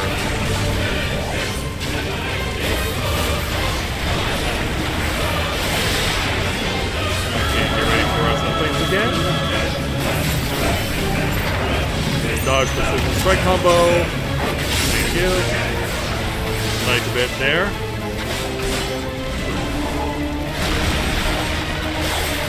Oh, we're in danger again. Dodge and get the counter in.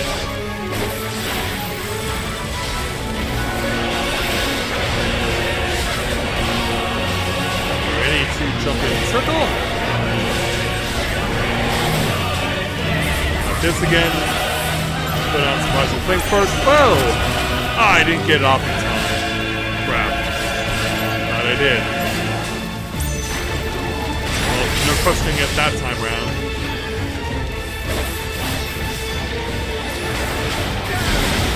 Yeah, thankfully all of Ifrit's moves are not fatal. Although this is going to set us back a bit. Oh, he's ready to crush me with his foot. But we shall have none of that. None whatsoever.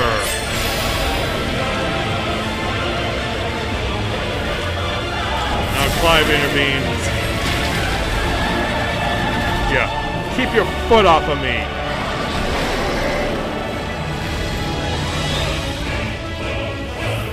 And continue. Oh yeah, we're still in this fight. Ready? Yeah, a long way to go, but it still counts. Now, yeah, now he's got, it's not infernal nails, it's infernal swords. Make him with a twist.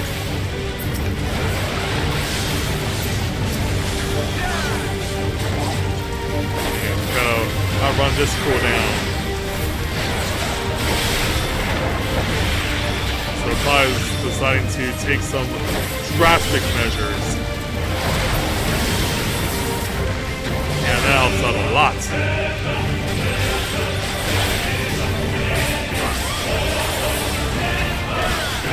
Still gotta be wary of all this AoE though. Don't forget to get that sword. One more to go. That's that. Yeah, unleash hell just like Maximus Decimus Meridius, right?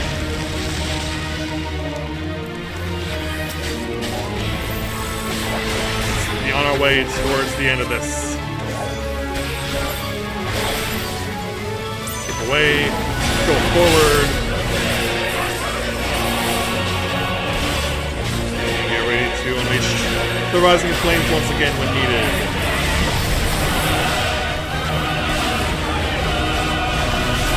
But Ifrit's gonna start becoming very desperate now.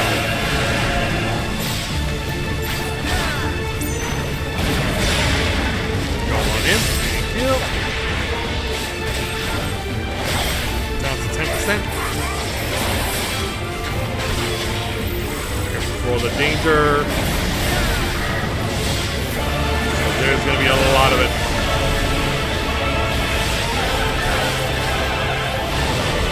just out of the AoE.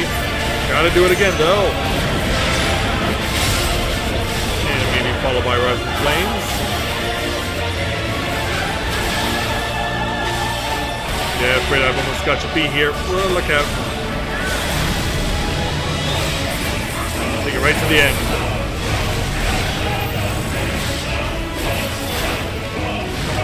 Yeah, looks like Clive got the coming blow. Are you ready? I blamed another to spare myself the guilt. I feared that by accepting it, I would lose what little was left of me. But I accept the truth of it now.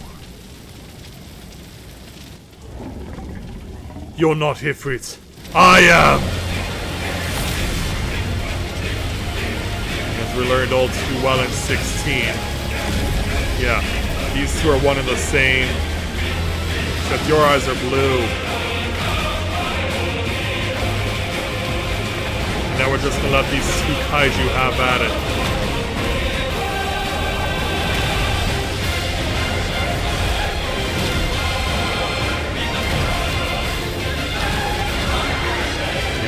The battle within oneself. We knocked him away. And then returned to normal.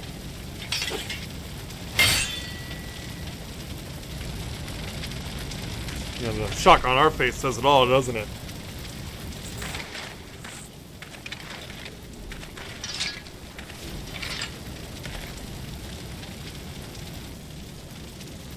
In the battle against your own land, 'twould seem you have emerged the victor. Intriguing. Are you giving us a way out now?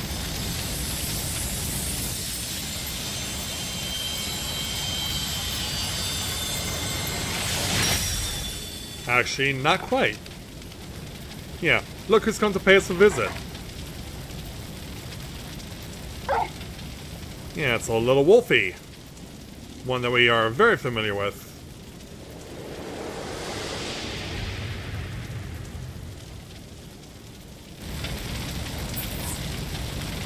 I have no idea what those emojis are there, Bubba.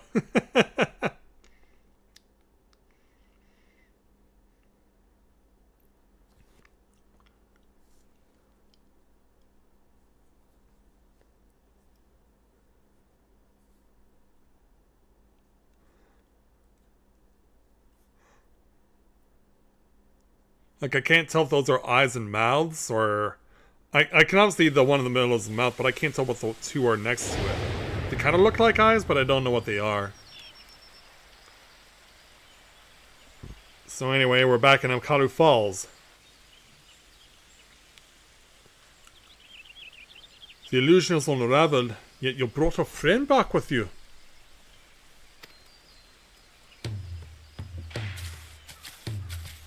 Yeah, hey there, Torgal.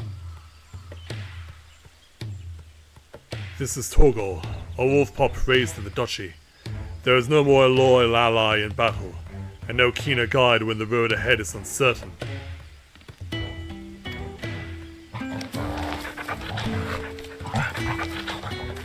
Yeah, glad we brought you two back together again.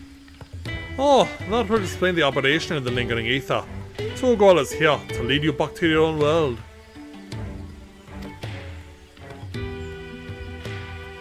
Yes, you think so? Dwarf has embraced his harrowing past and in doing so, reclaimed the memories he lost. Though not a conscious act, he has manifested his readiness to return home in the form of a trusted companion.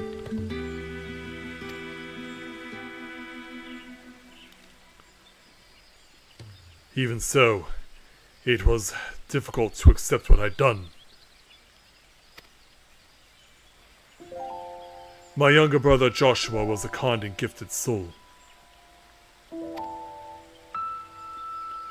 The inheritor of the Phoenix's flames, he was destined to become Archduke, as our father had before him. But Joshua was murdered, his bright future cut short.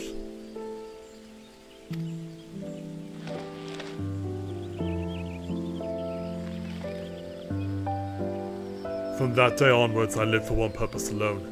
A dominant of fire had slain my brother, and I would have my revenge. I spent years tracking the killer, until one day, I came to understand it had been me all along. You know, the look for shock on her face. I was young and distraught when I first summoned Ifrit. I hadn't known such power lurked within me, or that could even exist at all. The transformation was instinctive, uncontrolled, and it was by my hand that Joshua died. Kimball mentioned the anguish that this has caused you. There was anguish, yes, and a guilt I will never escape. But I cannot let it stop me. I was born the vessel for Ifrit's power, and I need to know why. It was in search of answers that I went to Phoenix Gate and delved into the ruins below. There I found the courage to face my past and accept the truth. And then everything faded to black. Your tale suggests that something in the ruins, some mysterious force, was responsible for your inadvertent journey. And if you arrived in Eorzea from a place sacred to the Phoenix and its flames, then it stands to reason. Yes, what are you thinking? I'm thinking that to see you home, then we must return to the beginning. Our road takes us back to the burning wall. Once there, your fairy comrade will lead us exactly where we need to go.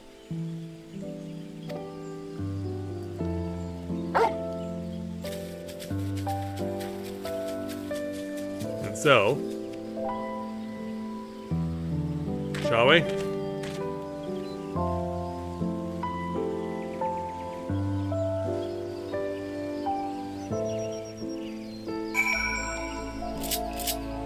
Time for us to head on back to the starting point, as it were.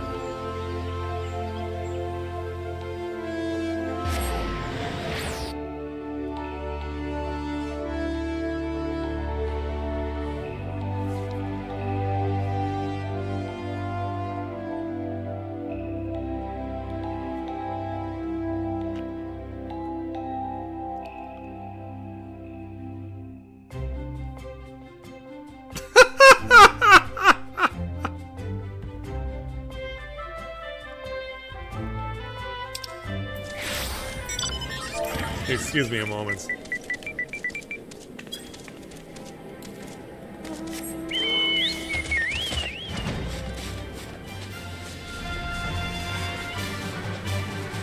Maybe he's never played 16. And if that's the case, then maybe the laughter is not warranted, but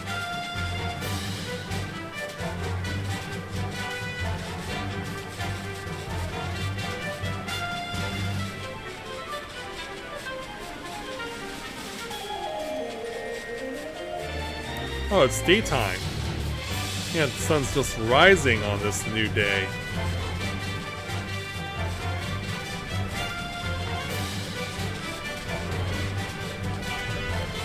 And so, as we return to the burning wall,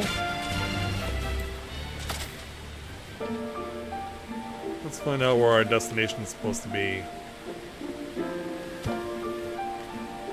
As everyone arrives, hey there, Wandering Minstrel. We've come this far. Now Torgal will be our guide. Such was the purpose of his creation after all. And so Clive? Ready, Torgal? Take me home. As Torgal responds, once you choose to depart, Clive and the Wandering Minstrel will accompany you. Torgal will then begin leading you onwards. Follow Torgal to his destination and try not to fall behind. If you leave Clive or the Minstrel for any reason or lose sight of Torgal, you may try again by returning to the starting point. Follow Torgal? Yes. Yeah, this isn't too hard because the path for going where we need to go here at the Burning Wall is actually rather linear. Even though, yeah, because he does kind of fake you out by going to the left initially, but he has to go to the right through this tunnel.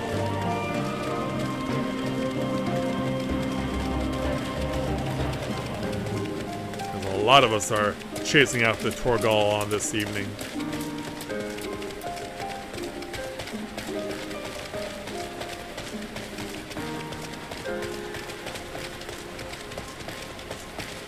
Oh. Looking at the chat, it sounds like someone's just starting the process, while some of us are getting close to the end of it.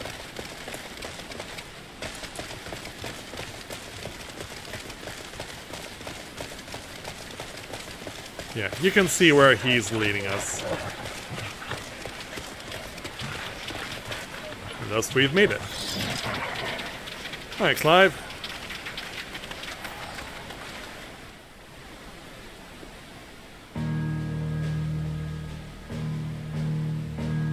As we get the title card theme here.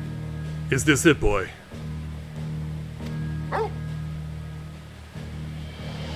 The tail ends where it began. Where you first found me. Indeed.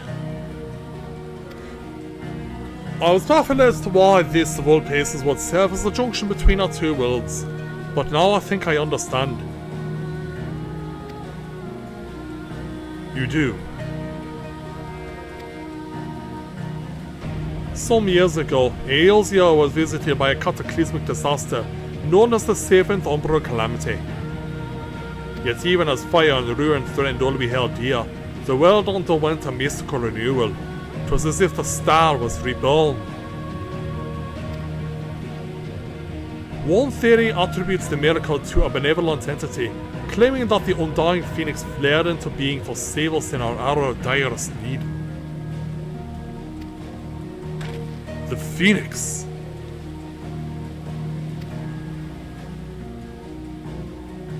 And so, the burning wall itself is a scar lit by those events, its crystal ages having erupted from the earth overnight. Some believe these monoliths of solidified flame to be proof of the phoenix's deliverance. The bond with your brother, the phoenix of your world, may have been the connection which brought you to this sacred place in ours. Drawn to the flame. And now drawn to the light too.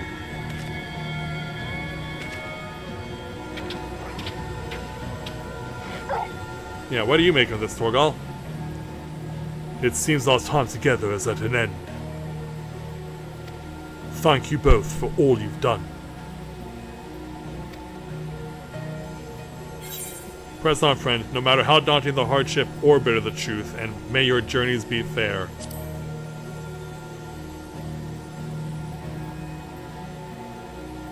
Always, no matter what fate awaits at journey's end.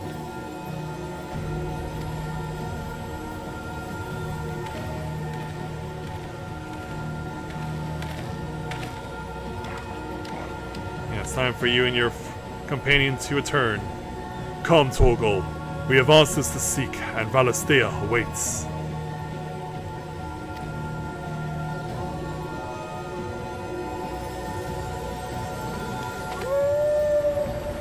Yeah, the howling to signify that you're dispersing into the ether and going back from whence you came.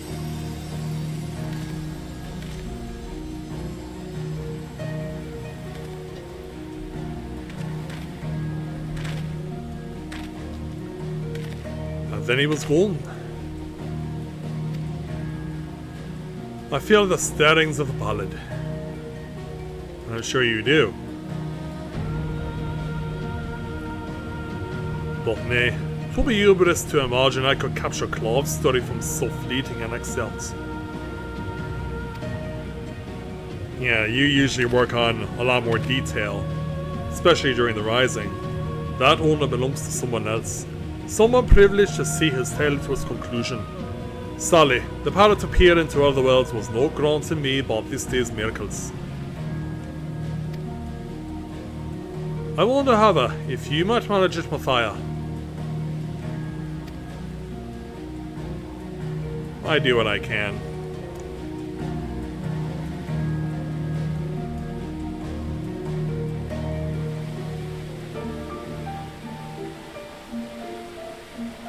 Alright, so we'll wait for the Wandering Minstrel to return and then we'll complete the quest. As well as the storyline in its entirety. Ah, there he is. Alright, Wandering Minstrel, let's draw this to a close. Our latest adventure is over. Stayed in motion as it was by a dream most cryptic. I must thank you for indulging my sudden and strange request. As for your promised reward, I hope this is sufficient. Torgal provided a trustworthy guide that I thought to bind his likeness to our summoning wisdom. Oh, did you now? That didn't take long.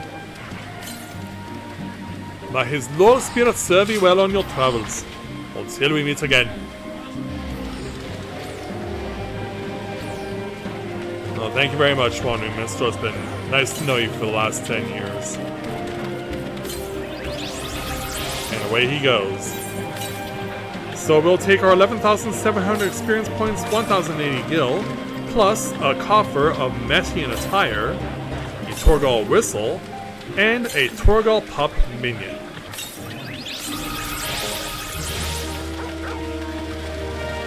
Thus bringing the 16 crossover event to an end. You can now exchange MGP for special items by speaking with the Gold Saucer attendant at the Gold Saucer. And we also earn the achievement, Found the Flame. Yeah, this is the achievement that I was thinking about from earlier. Yeah, this one has a title associated with it. And that title is Of the Twinned Star. So that's what that is all about.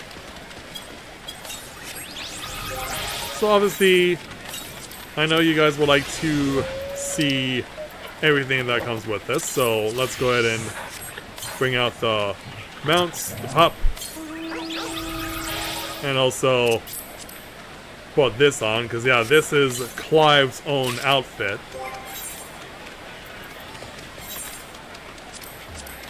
Let's go ahead and put this on for myself.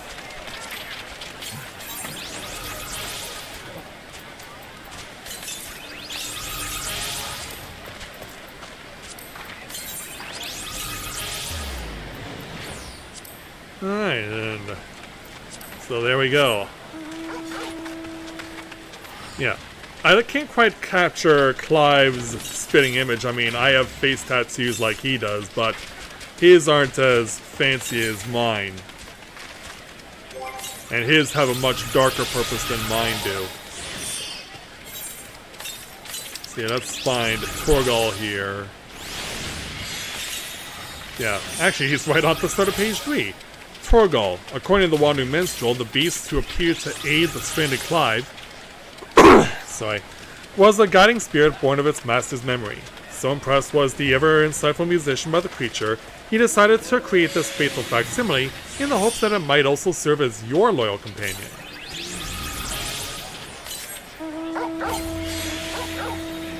Yeah, this is what it looks like, and also apparently we can pet him too. Okay, yeah, that's cool. Let's show that off again.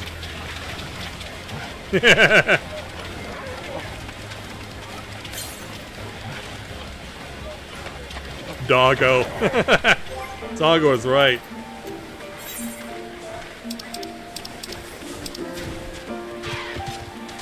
And where's the Torgal one?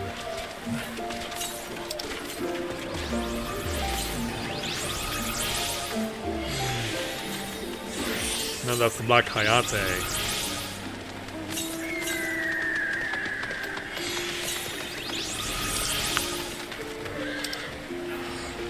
So yeah, they always indicate the new ones that you get by the green dots.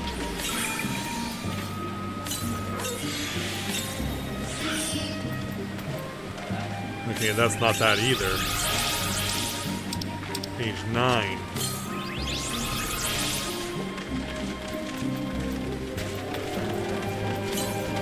Okay, that's a different minion. These so many different minions. I'm actually one away from 300 of them as Mathia. Here we are, Torgal Pup. According to the Wandering Minstrel, the beast who appeared to aid the stranded Clive was the guiding spirit born of his master's memory. So impressed was the ever-insightful musician by the creature, he decided to recreate a young version of it, which, despite its diminutive size, already possesses the indomitable spirit of the fine hound it will one day become. Yeah, let's see if I can get him out into the open here, and not hide in the grass. Yeah, there's what he looks like. He does seem to like to wander around a little. Or if he does anything notable other than just walking around. Maybe there is, but I don't know if we'll have enough time for it. Yeah, it seems he just likes to walk around, so... Oh, and he just wagged his tail. Okay, that's cool. I like that.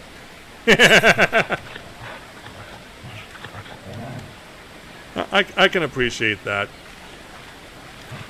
Yeah, allow me to wag my own tail. Alright. So, they mentioned we can also get stuff at the Gold Saucer, so why don't we make our way there right now?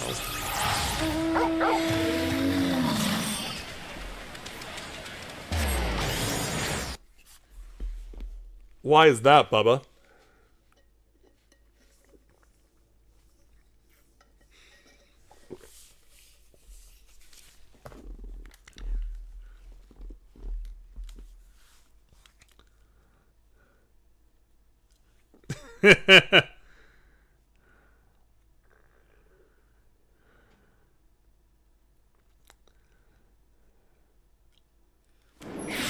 Alright, so at Gold Saucer,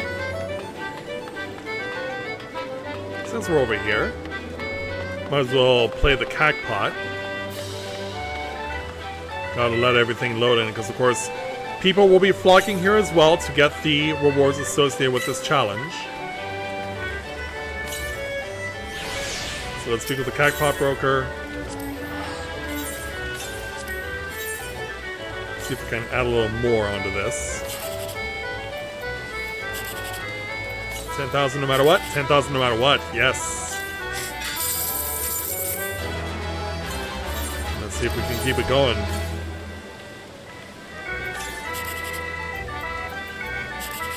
Guaranteed 3,600. I'm gonna play the certainty here. It was the right call. And then...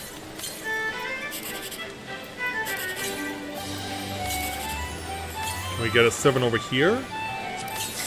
Nope. But hey, that's a really good haul as far as I'm concerned.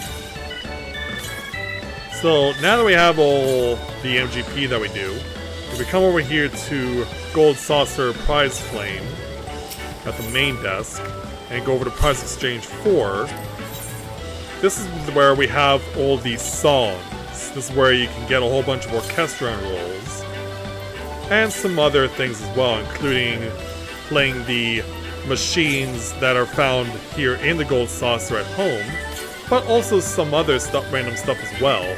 But what we're looking for are these. There are a total of no fewer than 10 songs from Tenotra Ex Machina to Land of Icons that you can collect over the course of the next month plus, and add them to your collection for the Orchestrion. So, yeah, suffice it to say, I'll probably be here for a while trying to collect as much music as I can and hopefully get all 10 songs. But yeah, this is a lot more than the number of songs that they gave us for the Final Fantasy 15 crossover, which I believe was 7. I believe it was 7 for that particular event. So yeah, let's see if we can take this over to the FC house and play some of it.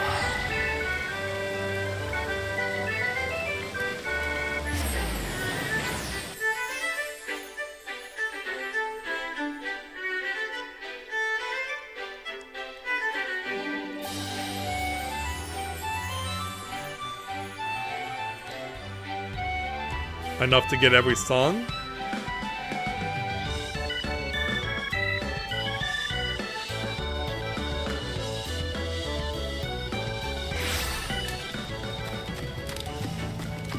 Alright. Well, they did redo the crossover a few months ago. Yeah, a few months ago they did do a redux.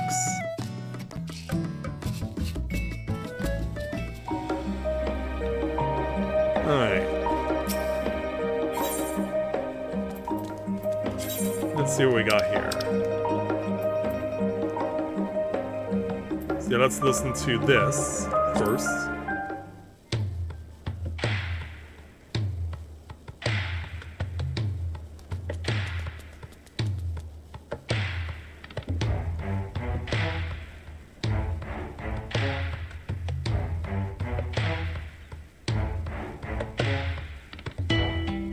Okay, so this is Sid's theme from 16.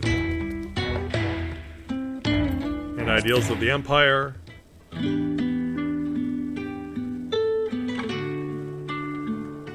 So yeah, this is some of the field music. Yeah, looks like I got a lot of music to pick up now. And so, obviously, that'll be my mission for the next while for as long as I'm able to continue to play the game. And so, that is going to not only bring to an end things for the Final Fantasy XVI crossover event for this evening as a whole. And it was really cool that we got not just the 16 crossover, but we also got this bonus content for those who have finished through patch 2.0. That there's now a series of new quests that you can get and be able to get more rewards out of it. I'm really satisfied with everything that this new content has brought us, and I just hope that if you have the opportunity to do so, that you will also be able to enjoy it. So, as far as what is coming up is concerned, there's only one last thing for me to do in this game, and that is have Rika do part 2 of patch 6.5. That will come next Saturday. So mark it on your calendars. That will be the end of the Final Fantasy XIV Let's Play is next Saturday nights.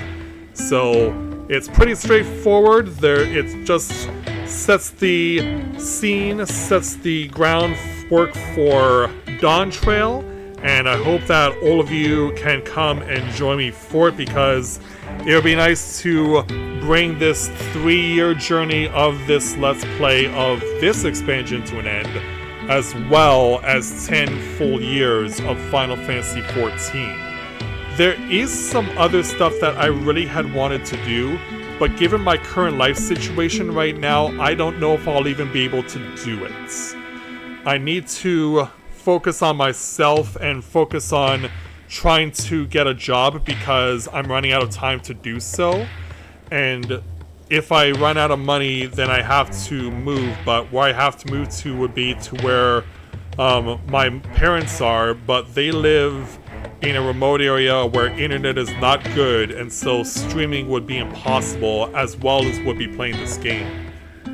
So I'm really, really hoping that I can find work before it's too late. And so if somehow I'm able to find something, I will do the project that I wanted to do. And if I'm lucky, I might even be able to do Final Fantasy VII Rebirth.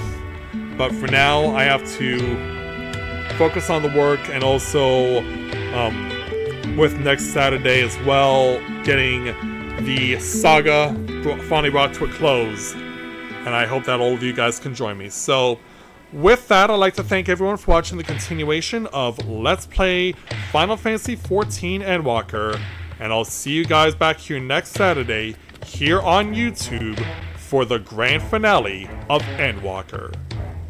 So, thank you very much everyone for watching, thank you very much everyone for your support, and until next time everyone, may you ever walk in the light of the crystal.